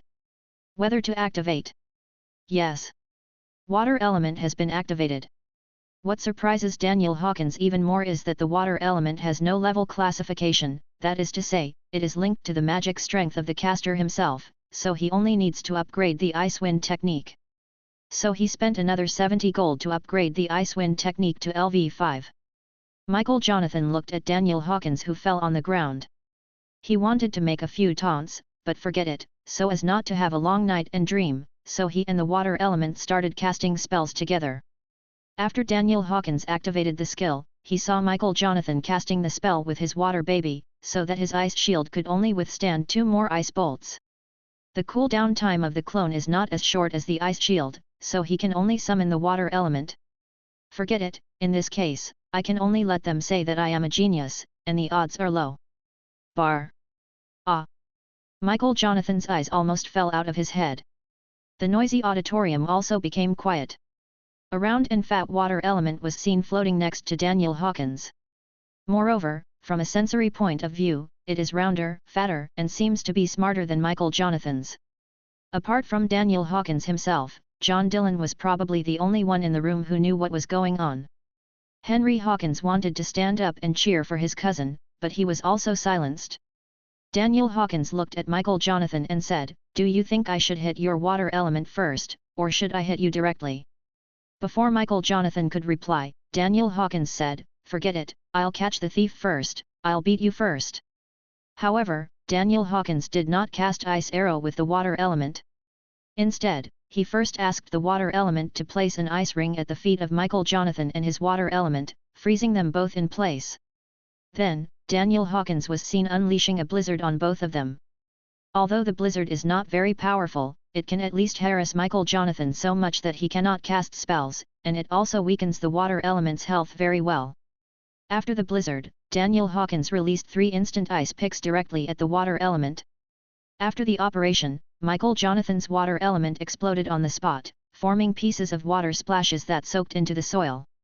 After Michael Jonathan came back to his senses, he quickly added an ice shield to himself. Daniel Hawkins smiled and said, "Senior Jonathan, after this short confrontation, I guess you already know the strength of my magic. Above you, I advise you to give up." "Give up? What do you mean by giving up? I lost to you. Are you kidding me? How could I lose to you? I am the favorite to win." Michael Jonathan shouted. "Look at you, you are anxious. Don't be anxious. Well, now we have no ice veins and no clones. We only have a shield. Let's see how many ice arrows you can withstand from me." After saying that, Daniel Hawkins and the water element rubbed ice arrows together. Michael Jonathan knew that the power of the ice arrows fired by these two guys together, coupled with Daniel Hawkins's passive, would definitely make him either dead or disabled. Just when Daniel Hawkins was casting a spell, Michael Jonathan used a spell to counter him. "Hush!" Henry Hawkins stood up and shouted, "Hey, didn't you say that you can't use spells to counter? Why are you playing dirty tricks? My ancient god, Mr. Jonathan, actually played dirty tricks and used spells to counter. It's unjust. Ancient god, where is fairness, where is justice?" Faced with Henry Hawkins's roar, everyone neither responded nor refuted, but just an awkward silence. Henry Hawkins continued to shout, "Host, host, where are you? Host, you should be fair. Playing dirty tricks, nobles playing dirty tricks, it's unjust." Daniel Hawkins saw that his ice magic was silenced, and smiled at Michael Jonathan, "Look at you, you are anxious again." Chapter 83. Once Daniel Hawkins was silenced, he couldn't cast spells, and the water element was silenced as well. This was a good opportunity, and Michael Jonathan didn't care what others thought. Since he had already used the spell counter and broke the rules, he would use the sheep transformation again, at least to control the opponent for a few dozen seconds. But be careful, Daniel Hawkins still had the spell counter in his hand. So, when Michael Jonathan performed the sheep transformation, he kept an eye on Daniel Hawkins's movements at all times. Sure enough, as soon as he saw Daniel Hawkins suddenly slap him with a smile, he immediately interrupted his sheep transformation. At this moment, just when he thought he had tricked Daniel Hawkins's spell counter, he suddenly felt something was wrong. Although the airflow brought by the magic counter spell was relatively weak, it was not so weak that he could not feel anything. Ah, Daniel Hawkins, that kid, tricked my sheep transformation. Thinking of this, Michael Jonathan's forehead could not help but break out in cold sweat, and his back also felt soaked with cold sweat. After a while, he turned into a sheep. When the audience saw Michael Jonathan turned into a sheep, they did not speak. The whole place was extremely quiet. Even Henry Hawkins, who always loved to cheer for his brother, stared at the arena with wide eyes. They were all unbelievable, but you have to know that the opponent was Michael Jonathan, who surpassed some of the blue-robed wizards in the academy, and even the green-robed wizards would have some difficulty fighting him.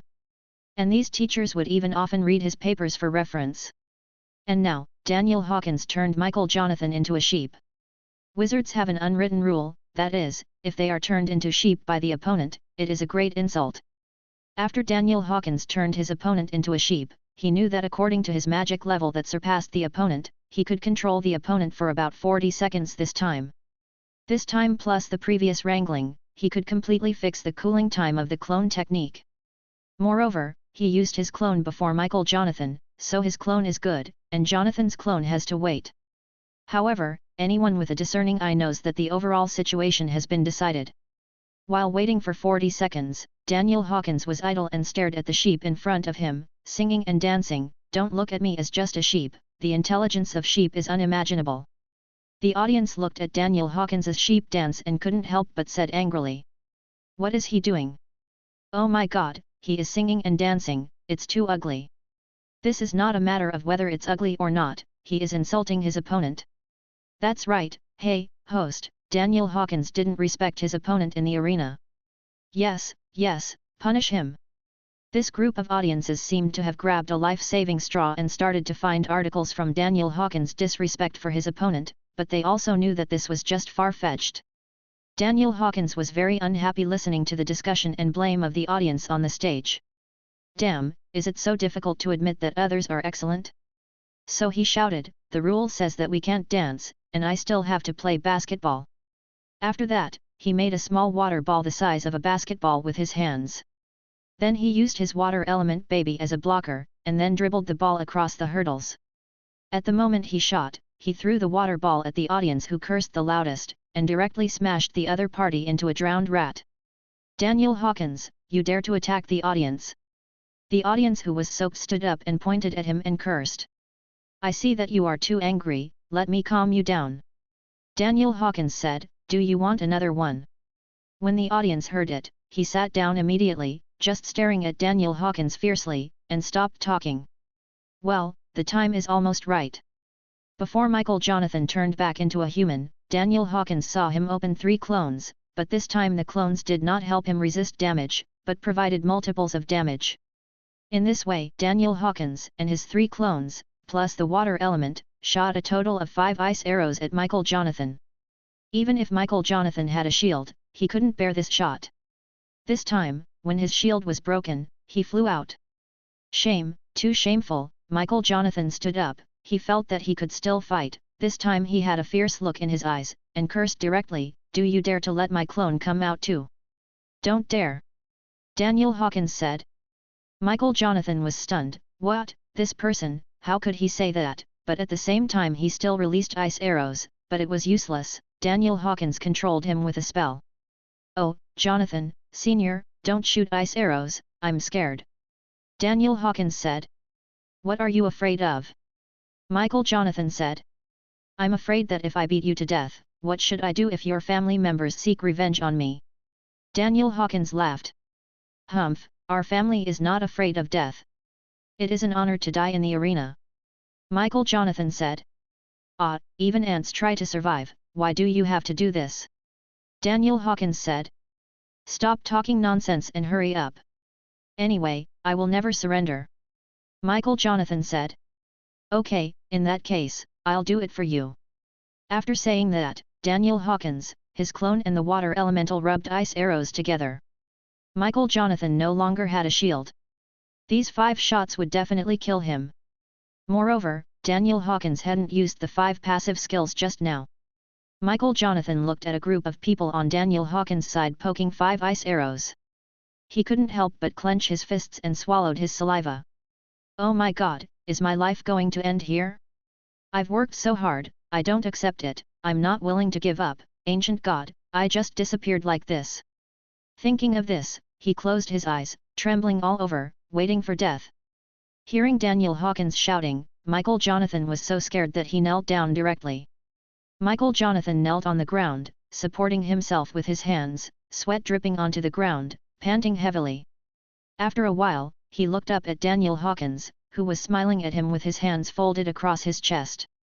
He knocked another noble to his knees, and Daniel Hawkins said with a smile, "Student Jonathan, you nobles should not seek death at every turn. Honor is important, but what honor is there if you have lost your life?"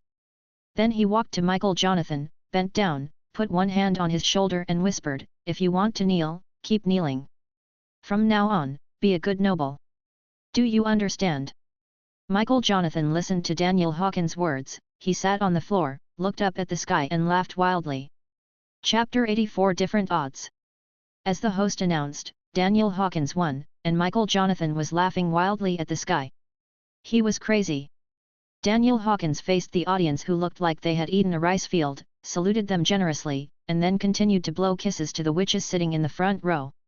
This time, the witches did not show disgust, nor did they retreat. They just stood there like petrified, staring at Daniel Hawkins blankly. Some witches even cried directly after they came to their senses. When one cried, the others followed. After a while, the whole area of witches were crying. Although Daniel Hawkins could understand their feelings very well, after all, academic stars are also stars, this is equivalent to their idol brother Michael Jonathan's collapse. Most of the male wizards beat their chests and stamped their feet, including the host. This was not difficult for Daniel Hawkins to guess. It was nothing more than losing money. They just shouted. "Oh, my savings are gone.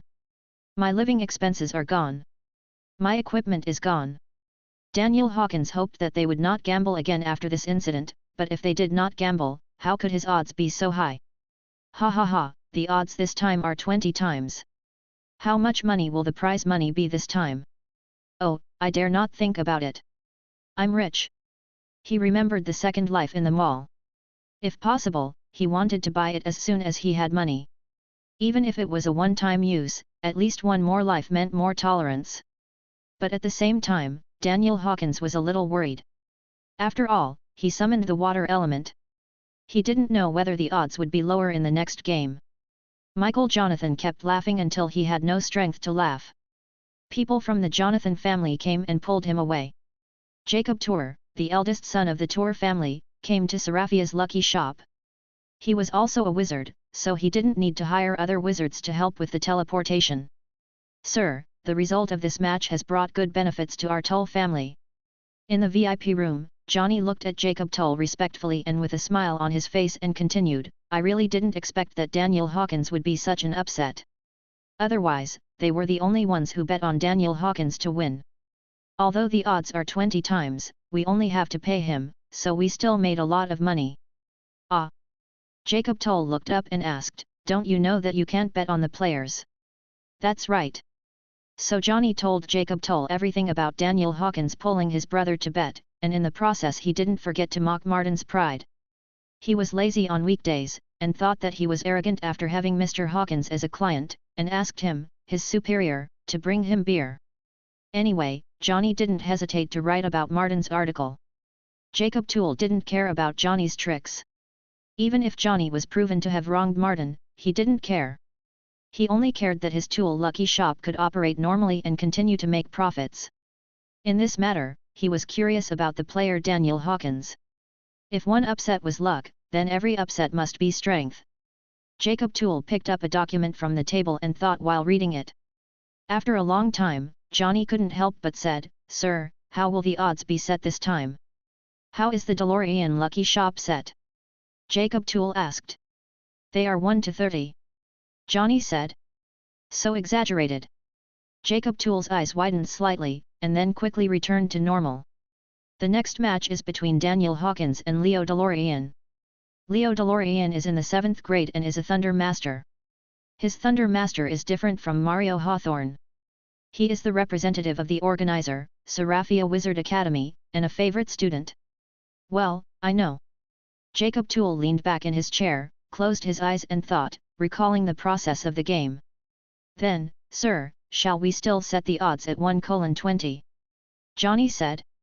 Jacob Toole thought for a long time, then opened his eyes slightly and said, a first-year student published a paper on ice cone merging, mastered the clone, and his magic power exceeded that of Michael Jonathan, who was in the 7th year.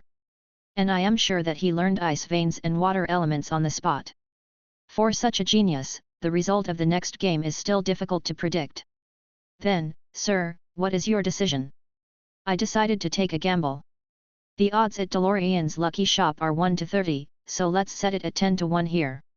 Johnny nodded, and when he was about to write it down with a feather pen, he suddenly felt something was wrong and stopped. Sir, can you say it again? 10-1, Jacob Toole looked at Johnny, who was puzzled, and continued, if you bet on Leo DeLorean to win, you will get 10 times the payout, and if you bet on Daniel Hawkins to win, you will only get 1 time the payout. Ah, sir, isn't this too much? I admit that Daniel Hawkins may really be a genius, but no matter how talented he is still an ice mage, and his current opponent is a student of the Seraphia Wizard Academy, which is a famous school, not comparable to the Dawn Wizard Academy, and the wizards trained there are also the best of the best. Listening to Johnny's argument, Jacob Toole felt a little annoyed. Stop talking nonsense and do what I say. If Leo DeLorean wins this time, we will lose a lot. Johnny still didn't give up and continued to persuade, all our previous profits are equivalent to working in vain. If Daniel Hawkins wins, we will make a fortune. And once our odds are released, it is estimated that we can snatch a lot of DeLorean's client. I bet that Daniel Hawkins will win, and no one else will bet on Daniel Hawkins to win, except Hawkins himself. Faced with Jacob Toole's anger, Johnny didn't dare to say anything, and hurriedly recorded the information, and then did not forget to say, then this time, the Hawkins brothers will not come to our house to bet. Hee, when the Hawkins brothers come, you have to notify me, I want to see them, especially that Daniel Hawkins. If he comes, make sure to keep them, at least until I come. After Jacob Toole finished speaking, he stood up, patted Johnny on the shoulder and smiled, this task is left to you. Johnny saluted repeatedly, nodded and said yes, and then watched Jacob Toole teleport away. Chapter 85, Kick.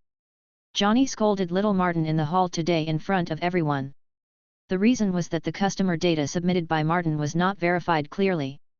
Look, what are these? After Johnny finished speaking, he slapped all the information in his hand on his face, pick them all up. Little Martin's eyes were red, but he tried his best to bend over and smile at Johnny. Okay, I'm sorry. I'm sorry. Johnny mocked, is it me you're sorry for? You're sorry for the entire Tour Lucky store. You made a wrong data. Do you know how much money the Tour family has to pay in vain? Even if you're not compensating for Tour, the ER family's money, even if it is the customers, you have to know how much this damages the credibility of our store. If we didn't have a backup and I had to check it again, this mistake would be irreparable. Little Martin stopped talking. He just quickly put away all the information and carefully looked at the information and data one by one.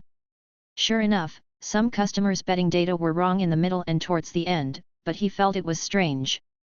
He has obviously checked it several times, how could he be wrong? While he was still thinking, Johnny continued to choke. Why, now do you know where you went wrong? Little Martin nodded and said, Superior, this data is indeed wrong, but...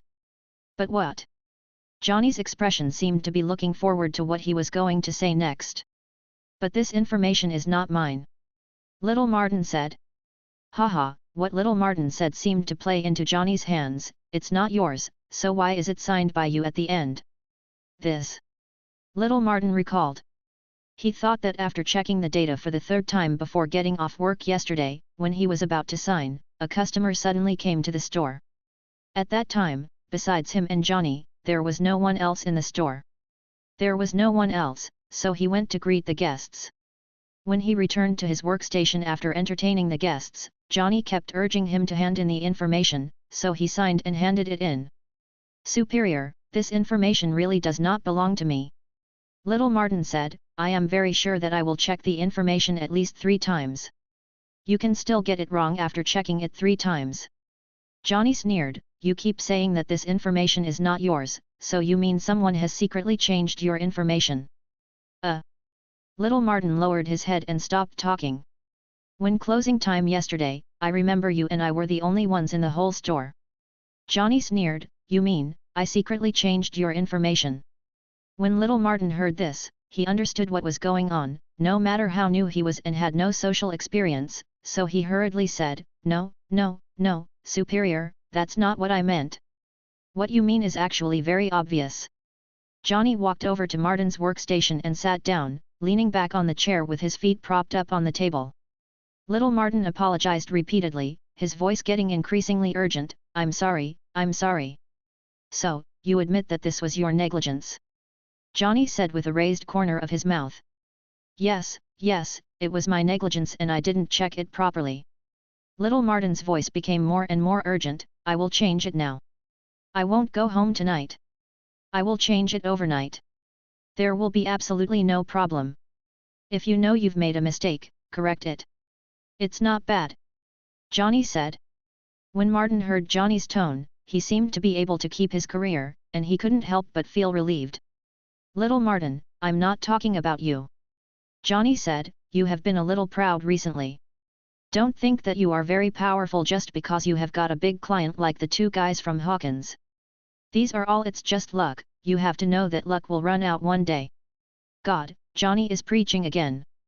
Why does he love preaching so much? Do older people love preaching? Little Martin thought to himself, forget it, as long as you can keep your job, just listen to his preaching. It doesn't matter. Little Martin accepted it humbly, yes, your superior is right. Johnny talked a lot. In fact, he had achieved his goal by scolding Martin in front of all the employees and customers.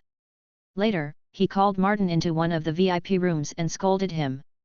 I just listened to him cursing, and then it was an extremely boring lecture, and there were even some rare nice words, such as Johnny, I'm actually very optimistic about you.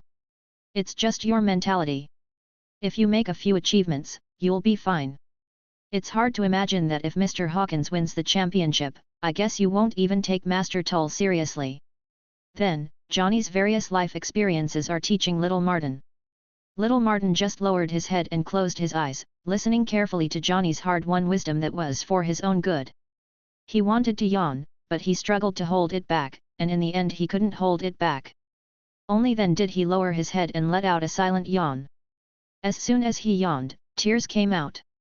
Johnny saw Little Martin's tears and thought that what he said had touched them. He couldn't help but nodded and said, not bad. It seems that you listened carefully. That's all my sharing for today. You have to know that if it were other people, I wouldn't tell them that at all.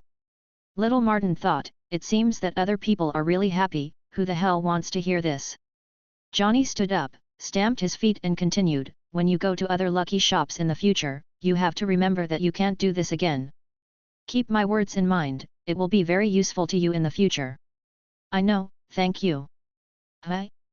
Wait, Little Martin's brain was mixed up by Johnny's life wisdom, and he couldn't react for a while. When he reacted, his tears really burst out this time, and he could only be heard crying, ah! Superior, don't fire me, I promise you I will never do this again. Johnny patted Martin on the shoulder with sympathy and said, I don't want to fire you, but you have to know that when you came in, you knew our rules very well. We will never let you stay after you committed this rule. If you are retained, what will other employees do? They will think that it doesn't matter if they make mistakes, as long as they apologize. Little Martin even knelt down and cried, no, please don't fire me, I still have a family to support. I told you, you can go to other lucky shops. Johnny said, but I will truthfully report the reason for expulsion to Master Toll. In this case, other lucky stores will know that I made the wrong data, so why would any lucky store want me? Which lucky store can I go to? Little Martin begged again and again. Johnny was very happy when he saw Little Martin like this. Let's see if you can pull me back in the future. Now you know how powerful I am. Haha, you won't have a chance in the future. I can recruit you. Naturally, I can kick you away. Chapter 86, Confession. Jacob Toole was invited to the castle of the DeLorean family to enjoy a dinner. When Jamie DeLorean saw Jacob Toole, he couldn't help but open his arms and hug him, and then asked, "My nephew, I haven't seen you for a long time. I didn't expect you to be more handsome now. How is your father Arthur recently?" Jacob Toole said with a smile, "Very good, he is very good."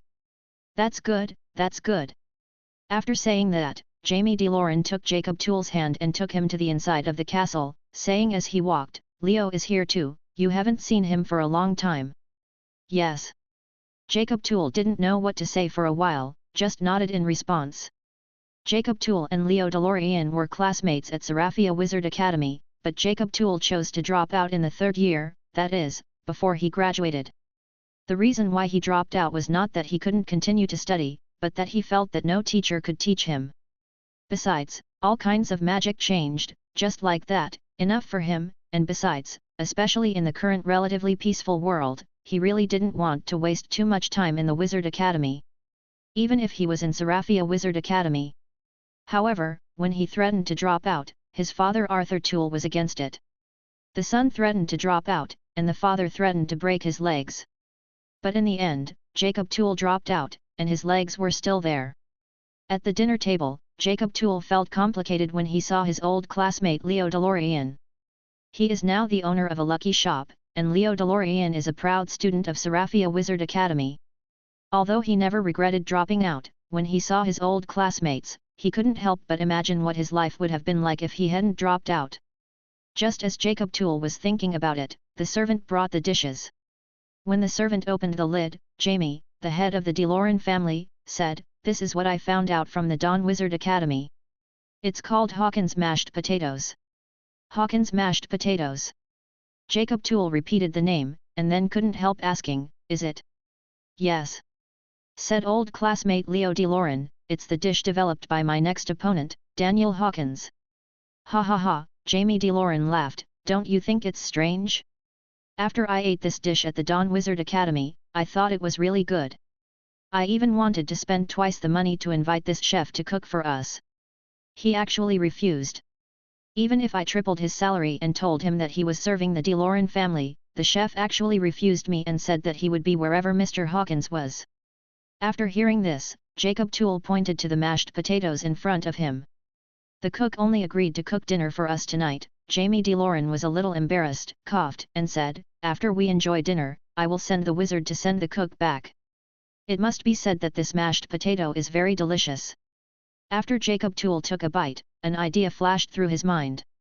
If this mashed potato is sold, it will definitely make a lot of money, so he said, "Uncle Jamie, no need, I will also go to downtown later, so why not let me send the cook back?" Jamie DeLorean nodded and said with a little smirk, "You kid, are you thinking of some tricks to make money again?"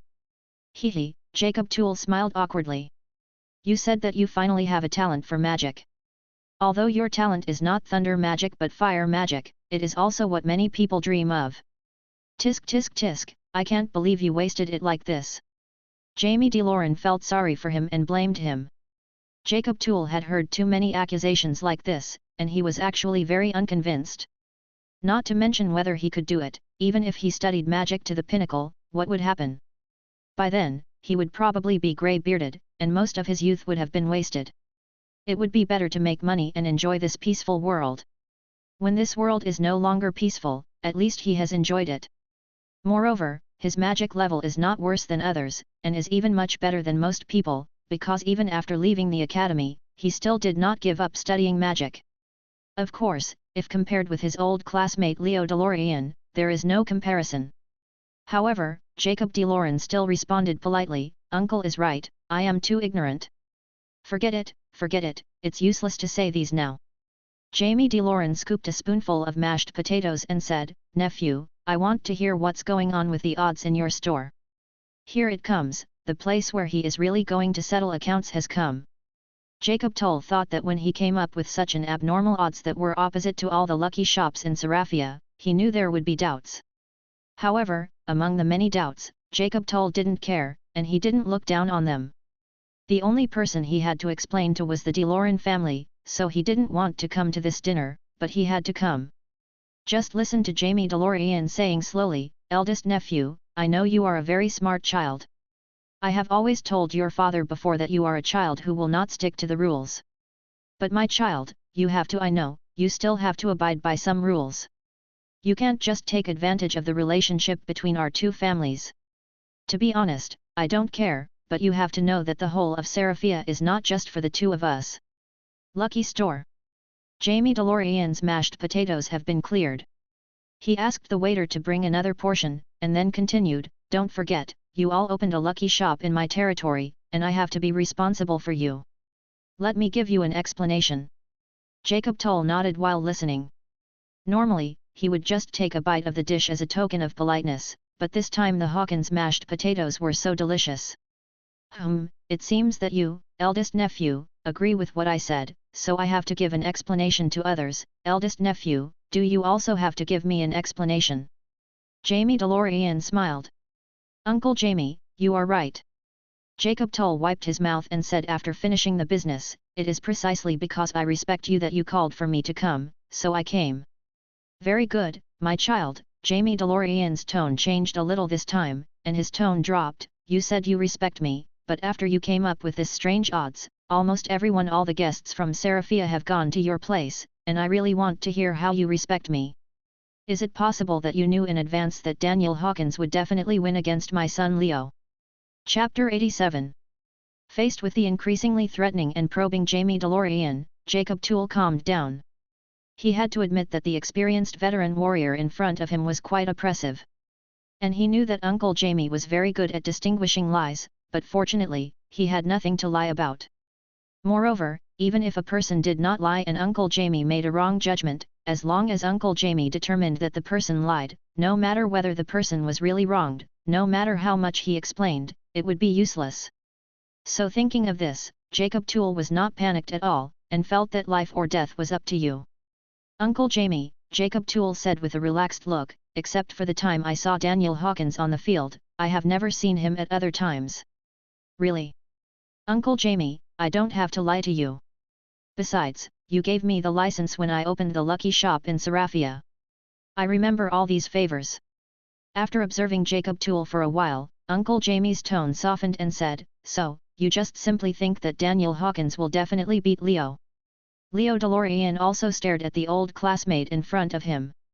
They had a good relationship, but since Jacob Tull dropped out of school, he didn't think much of him because he felt that Jacob Tull had voluntarily given up the honor of being a wizard.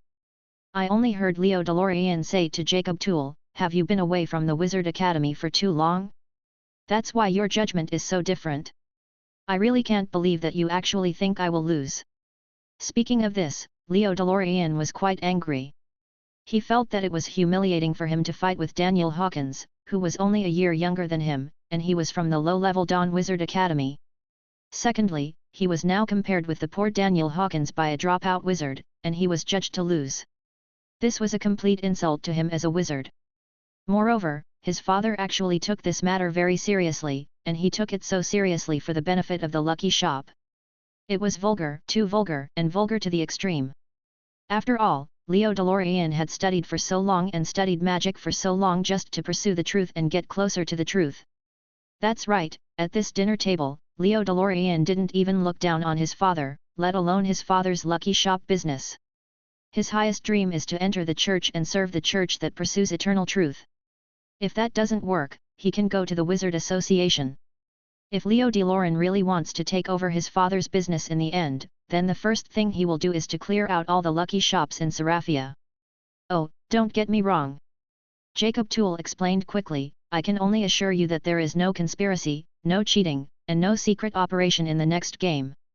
And, Uncle Jamie, you also know that it is not easy for me to get my lucky shop in Seraphia from the beginning to the present, right?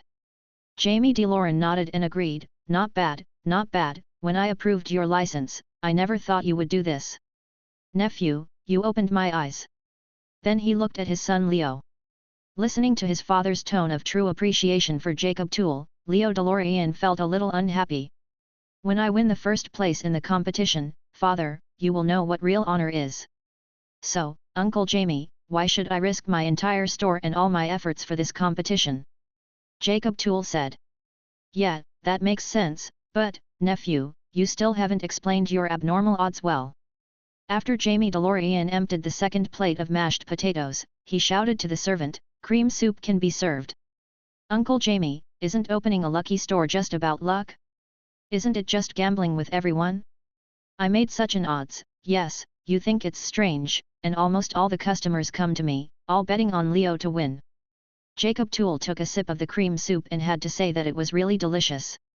Jamie DeLorean and his son didn't say anything. They quietly enjoyed Hawkins' cream soup together, waiting for Jacob Toole to say next. "Don't always think that customers come to my place. You can change your perspective." Jacob Toole drank it in one breath, wiped his mouth and said, "If Leo wins, I will lose everything. It is even possible that my store will disappear in Seraphia." Hearing this, Jamie DeLorean raised his eyebrows and thought, indeed, he originally thought that his nephew opened a store just for fun, but he didn't expect that he could compete with him now. In any case, if Toole's lucky store is gone, it will only benefit him and not harm him. However, Jamie DeLorean said, "Nephew, if you win, you will make a fortune. You should accept the loss. Besides, we run a lucky shop, and we are playing with luck. Besides, Leo is very confident that he can win. In this case, there is no shady game, so what are you afraid of?" Jacob Toole said, "Even if I win, I will only make a lot of money, and you will not lose anything." It's not a big loss, Jamie DeLorean thought, but it's more painful to think that others make money than he loses money, not to mention that he doesn't make any money. "Uncle Jamie," Jacob Toole stood up. Judging from his movements, he seemed to want to leave this place. He saluted and said, "Just think that the younger generation is confused for a while, or just wants to make a fortune suddenly. Haha, nephew, your idea will only hurt you. When the time comes, I will take over your store. You can't cheat." Jamie DeLorean laughed.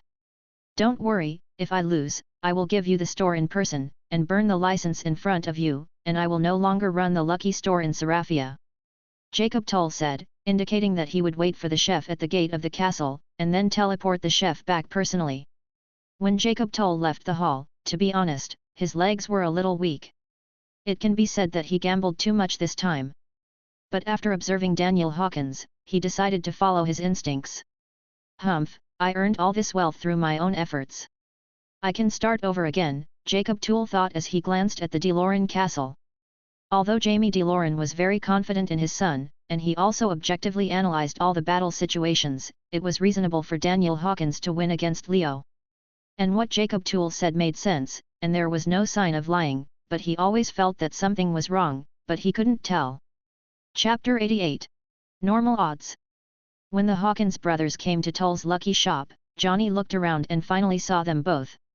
On the day Daniel Hawkins won the game, he originally wanted to go to Toole's lucky shop immediately, but he was dragged to drink by Henry Hawkins, who threatened to treat his brother to dinner and drinks. "Good guy," Daniel Hawkins thought to himself, "he bought me a drink with the money I gave him," but seeing the excitement on Henry's face, and after a game, he was indeed a little hungry.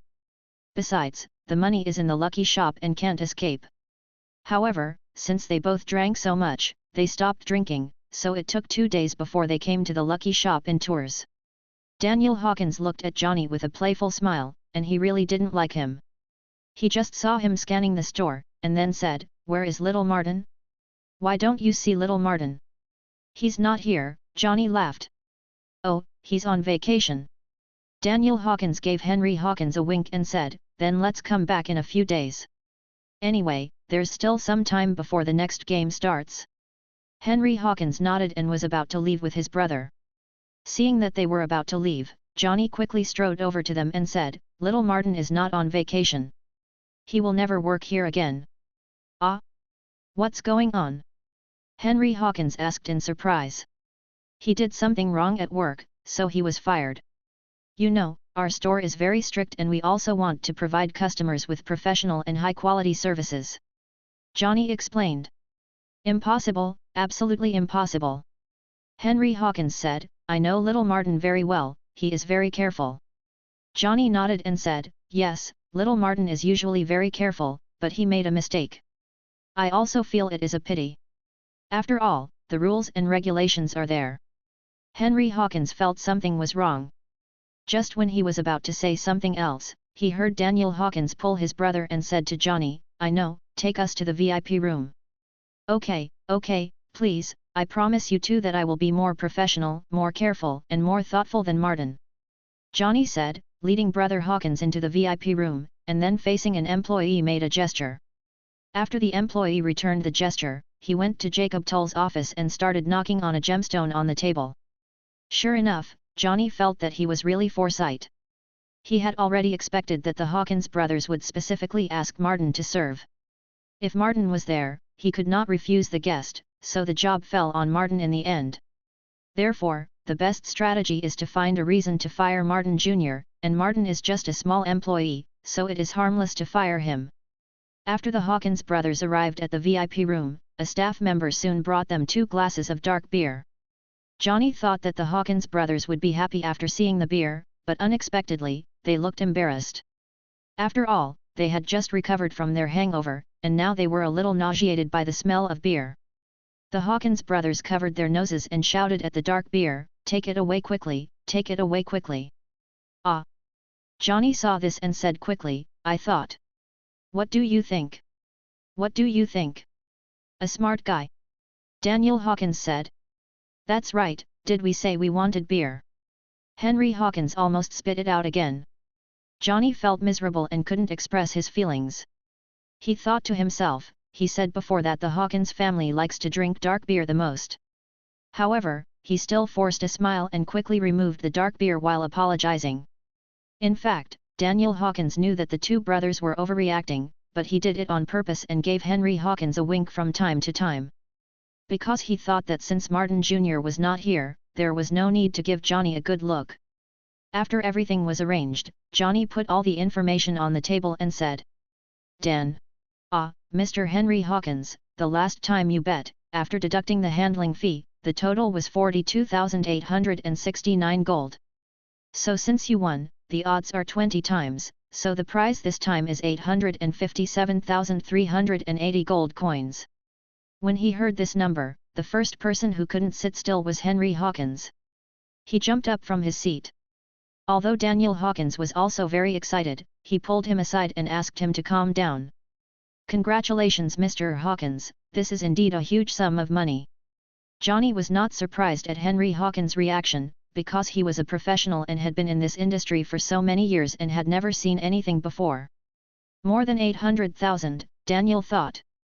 If his odds were lower in the next game, he could directly buy both skills in the mall, especially the second life. "I didn't expect that at the beginning. I still thought that 1 million gold coins was a lot of money and was far away, but now it seems that 1 million gold coins are within easy reach." After the Hawkins brothers calmed down, Johnny continued, "I wonder what your next plan is." Faced with the same question, Daniel Hawkins asked, "What are the odds next?" "The next one is Daniel Hawkins versus Leo DeLorean, the odds are 1 to 10, Johnny said. "Yeah," Daniel Hawkins nodded. "Sure enough, I have found out the water element and ice vein, and the odds are really low." "Hey, wait a minute, what did you say?" Johnny just repeated what he just said. Daniel Hawkins couldn't help but dig his ears, as if he heard wrongly. He couldn't help but explain himself, "You mean, if you buy me, you will only pay twice as much as you win, but if you buy Leo DeLorean, you will pay 10 times. Johnny nodded and said, "You're right, Mr. Hawkins." "Damn it, I know my odds will be a little lower, but not so low," Daniel Hawkins thought. "This is no longer low, this is completely the other way around. Damn it, my performance in the last game was so good, let them all know my potential and think so highly of me." Thinking of this, Daniel Hawkins still looked puzzled and said, "What's going on now? Are you asking me to buy Leo DeLorean to win? Is it possible that I'm being faked?" "Johnny, what are the odds of other lucky shops? How much? Take the DeLorean lucky shop as an example." Johnny felt bad when he heard this question, but it was not a secret. Hawkins knew it when he went out to investigate, so he simply said honestly, 30 to 1. "I can lose 30 times if I win, right?" Daniel Hawkins confirmed. Johnny pursed his lips and nodded. Daniel Hawkins clapped his hands hard, then patted his cousin beside him and said, "See, this is the normal odds. Henry, let's go." "Where?" asked Henry Hawkins. "DeLorean's lucky shop." Chapter 89. When Johnny saw the Hawkins brothers getting up to leave, he immediately panicked and quickly stood in front of them, saying hurriedly, wait a minute. What? Daniel Hawkins said, you won't give away the money? Hi, they say it's the lucky shop with the best reputation. After the Hawkins brothers winked at each other, each of them put a hand on Johnny's shoulder, then pulled him behind him and cursed, get away. Seeing that they were about to open the door, Johnny quickly said, our young master, Jacob Toll, wants to see you. Can you please wait a moment? Brother, why don't you wait? Henry Hawkins said, after all, he is the young master of the Tour family. Daniel Hawkins thought to himself, what's the use of the young master with such odds? Could it be possible to change the odds? This possibility is really too low. Moreover, who knows how many people will come and who they will be? After all, this world is not entirely ruled by law. It is essential to be on guard against others. If one of the people they come is a so-called gang or a helper, they will be in big trouble. Even if he can handle them, it doesn't mean he wants to cause trouble. Then, before the trouble comes, get out as soon as possible. Just listen to Daniel Hawkins shouting to Henry Hawkins, wait for the wool and get out quickly. Then he said to Johnny, if little Martin is here, I may still believe him a little bit, but you are so stubborn. It's so unsettling. After saying that, the Hawkins brothers walked to the door. Johnny was in trouble and couldn't tell. Oh my God, leaving them behind was a task specifically assigned to me by Master Toll. Seeing that the mission was about to fail, now it was better, how could he explain it to Master Tour? He wanted to stop them, but how could he, an ordinary person, stop the two wizards in front of him? The moment Henry Hawkins opened the door, he saw a man wearing a wizard's robe standing at the door. After seeing them, the man smiled and said, where are you going in such a hurry? Daniel Hawkins looked at the person in front of him and immediately felt that this person's magic level was not simple. He looked at the upper right corner. Oh my God, the magic value of the person in front of him was much higher than his own. This is a master, Daniel Hawkins thought to himself. His expression immediately became serious. He acted defensively, then looked at Johnny and cursed, come to the north, you really want to take advantage of others. Seeing this man coming, Johnny's tone seemed to be tougher, and his expression no longer had the apologetic smile. He just heard him say, he is the eldest young master of the Tour family, the owner of this lucky shop, Jacob Tool. Then he introduced to Jacob Tool, Master, they are the Hawkins brothers. Jacob Toll nodded, looked at them and smiled, I can see it. Then he walked up to Daniel Hawkins and said, I followed your game on the field, and now I am so close. Looking at you, I am very sure that you are a genius. It is an honor for you to come to our store. When Daniel Hawkins listened to Jacob Toll's words, he didn't know for a moment whether the other party was mocking him, and he had no good impression of these so-called nobles at all. However, the overall temperament of the man named Jacob in front of him did not offend him too much, and he did not have the arrogance unique to those nobles. However, based on the odds set by the boss of Toll in front of him, it was obvious that Jacob Toll was very optimistic that he would win the game. He remembered that there is a saying in Blue Star that those who support you verbally may not necessarily support you, but those who spend real money to support you are the ones who truly support you. Oh, the boss is here. Nice to meet you. Daniel Hawkins stretched out his hand to shake him first. Jacob Toll looked puzzled, and shook hands with Daniel under Daniel's guidance. Before he could ask questions, Daniel Hawkins explained, this is the way of greeting in our hometown. Henry Hawkins looked at it with a puzzled look on his face. When did we have such a way of saluting? I see, it's pretty good, interesting, ha ha ha. Jacob Toll smiled and said, but, what do you mean by eating black when you just said it? It's nothing, it's just the dialect of my hometown. Daniel Hawkins said. Jacob Toll saw that Daniel Hawkins did not let down his guard, but he did not care, and continued to say politely and modestly, why don't we sit down and talk? Daniel Hawkins and his brother looked at each other, and there was no other way at this moment, so they sat down and first saw whether the humility of Jacob Toll in front of them was real or fake, and what was in his gourd. What medicine was sold? However, as soon as he sat down, Daniel Hawkins said, let's not waste everyone's time. Boss, are you here to change the odds? Jacob Toll smiled and shook his head. So, can I leave here with my money? Daniel Hawkins asked. Mr. Hawkins, your money is in the Wizarding Bank and not with me. Of course you can take the money away. Jacob Tull said. Okay, I want to leave now, you won't stop me. Daniel Hawkins said. Of course not. Our lucky shop in Tull is willing to admit defeat and come and go as we please. Jacob Tull said. Okay, we can't bet here anymore, our cooperation ends here. After Daniel Hawkins finished speaking, he stood up again. The longer he stayed, the more he felt that it was not suitable to stay here for a long time. I guess your next step is to go to DeLorean's lucky shop? Jacob Tull asked. You're right, said Daniel Hawkins. Are you still betting on yourself to win? Jacob Tull asked. Nonsense, if you don't buy yourself to win, who else can you buy? With your odds like this, should I buy myself to lose? Daniel Hawkins said. Are you so confident that you will win? Jacob Tull asked seriously this time, even with a trace of curiosity in his eyes. Daniel Hawkins smiled and said, even if I tell you, you won't believe it. I will win the next game. Don't ask me why I say that. Just think that I am the ancient god you call me. It's the incarnation of the ancient god.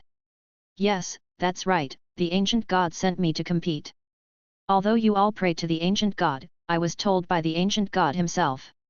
Having said this, Daniel Hawkins tried hard not to laugh. He had no choice but to use the language patterns of this world to communicate with them. In fact, for Jacob Tull, he has achieved his goal in this meeting. Looking at Daniel Hawkins' confident demeanor, he also has confidence in the next game. However, in order to have a better guarantee, even though the possibility is very small, it is to prevent some villains from making small moves behind the scenes, so he said to Daniel Hawkins. You can go to DeLorean's lucky shop and win for yourself.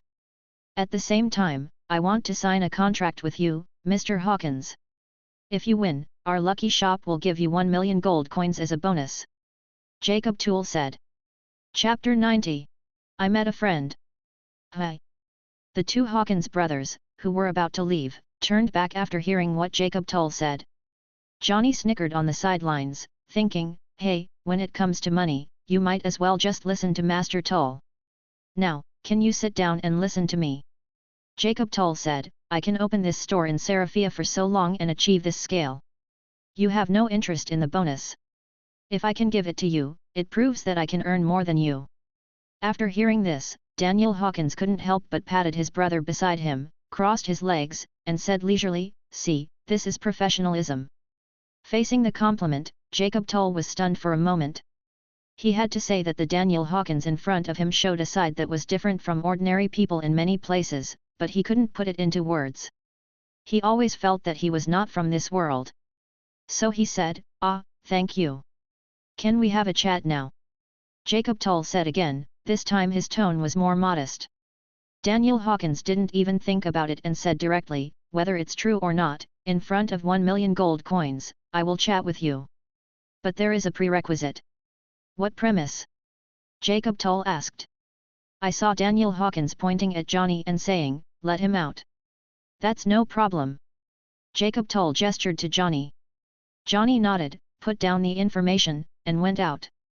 After going out, he pouted with a look of dissatisfaction on his face, what's so great?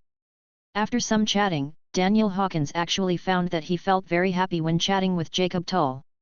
This was the first time that he had someone to chat with after traveling for so long, and even let him chat with him. He felt like a confidant. However, having said that, the more Daniel Hawkins finds that the other party is good at chatting, the less he will take it lightly, because this shows that the other party's rank is far above him, and he is being backward compatible. Daniel Hawkins thought, it seems that the other party is not only better than him in magic level, Jacob Tull is a genius. Of course, Daniel Hawkins also showed his emotional intelligence, that is, when faced with a situation higher than his own, boastful words are of no use in front of Jacob Tull. The only thing that is useful is sincerity. Simply say what you think. Otherwise, covering it up and letting the other party see it will only add to the joke. This is also true. Jacob Tull admired Daniel Hawkins' frankness very much. This conversation lasted for several hours, and Daniel Hawkins would have liked to have a drink with Jacob Tull if he hadn't felt a little queasy.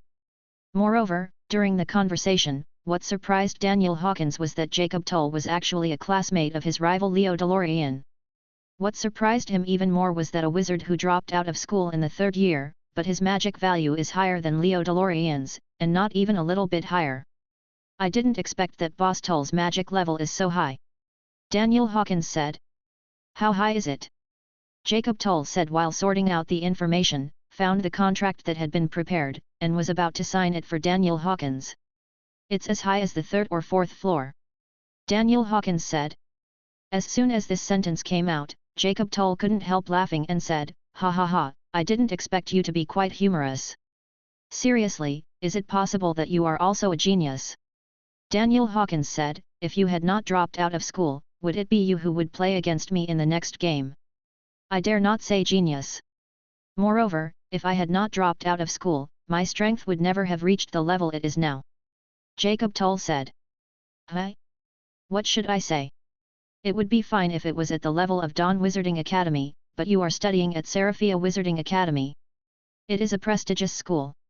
Henry Hawkins said, "If I can go too when I go to Seraphia Wizarding Academy, I really want to never get married for the rest of my life, and devote my body, mind, and soul to the ancient gods." Humph, these wizard colleges used to be quite good, but now they are becoming more and more rubbish. Jacob Tull said. Daniel Hawkins' eyes lit up and he said, "How do you say this? There are more and more wizarding academies, more and more people are training wizards, and more families are sending their children to wizarding academies. Even people who clearly have no talent are forcibly created through some special alchemical potion. Magical talent. These potions are expensive, and the tuition for wizarding colleges and pre-entry training can cost a family a lot of money. However, I found that does the world really need so many wizards? What are you talking about? The profession of wizard is obviously very popular." After hearing this, Henry Hawkins felt very unconvinced. When Jacob Tull faced Daniel Hawkins, he also became sincere. He only heard him say, "Henry, it is precisely because people nowadays think like you that I have never told others about this idea." "I just told you." Daniel Hawkins nodded and said, "I believe you. Just listen to Jacob Tull continue. I admit that I learned magic much faster than other students, and I also attracted a lot of attention from the teachers in the academy.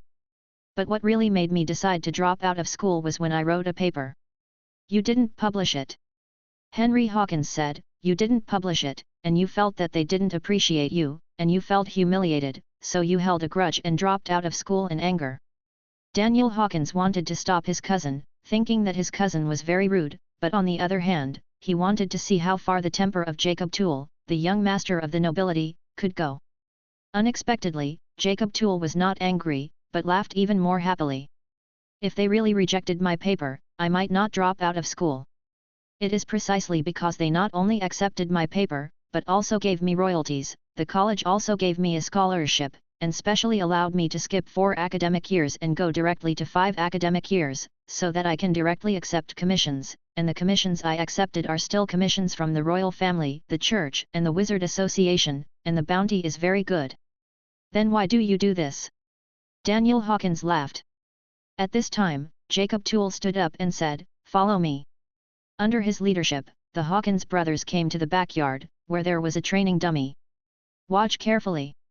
After saying that, Jacob Tull cast a spell on the dummy and shot a fireball. "Isn't it just an ordinary fireball?"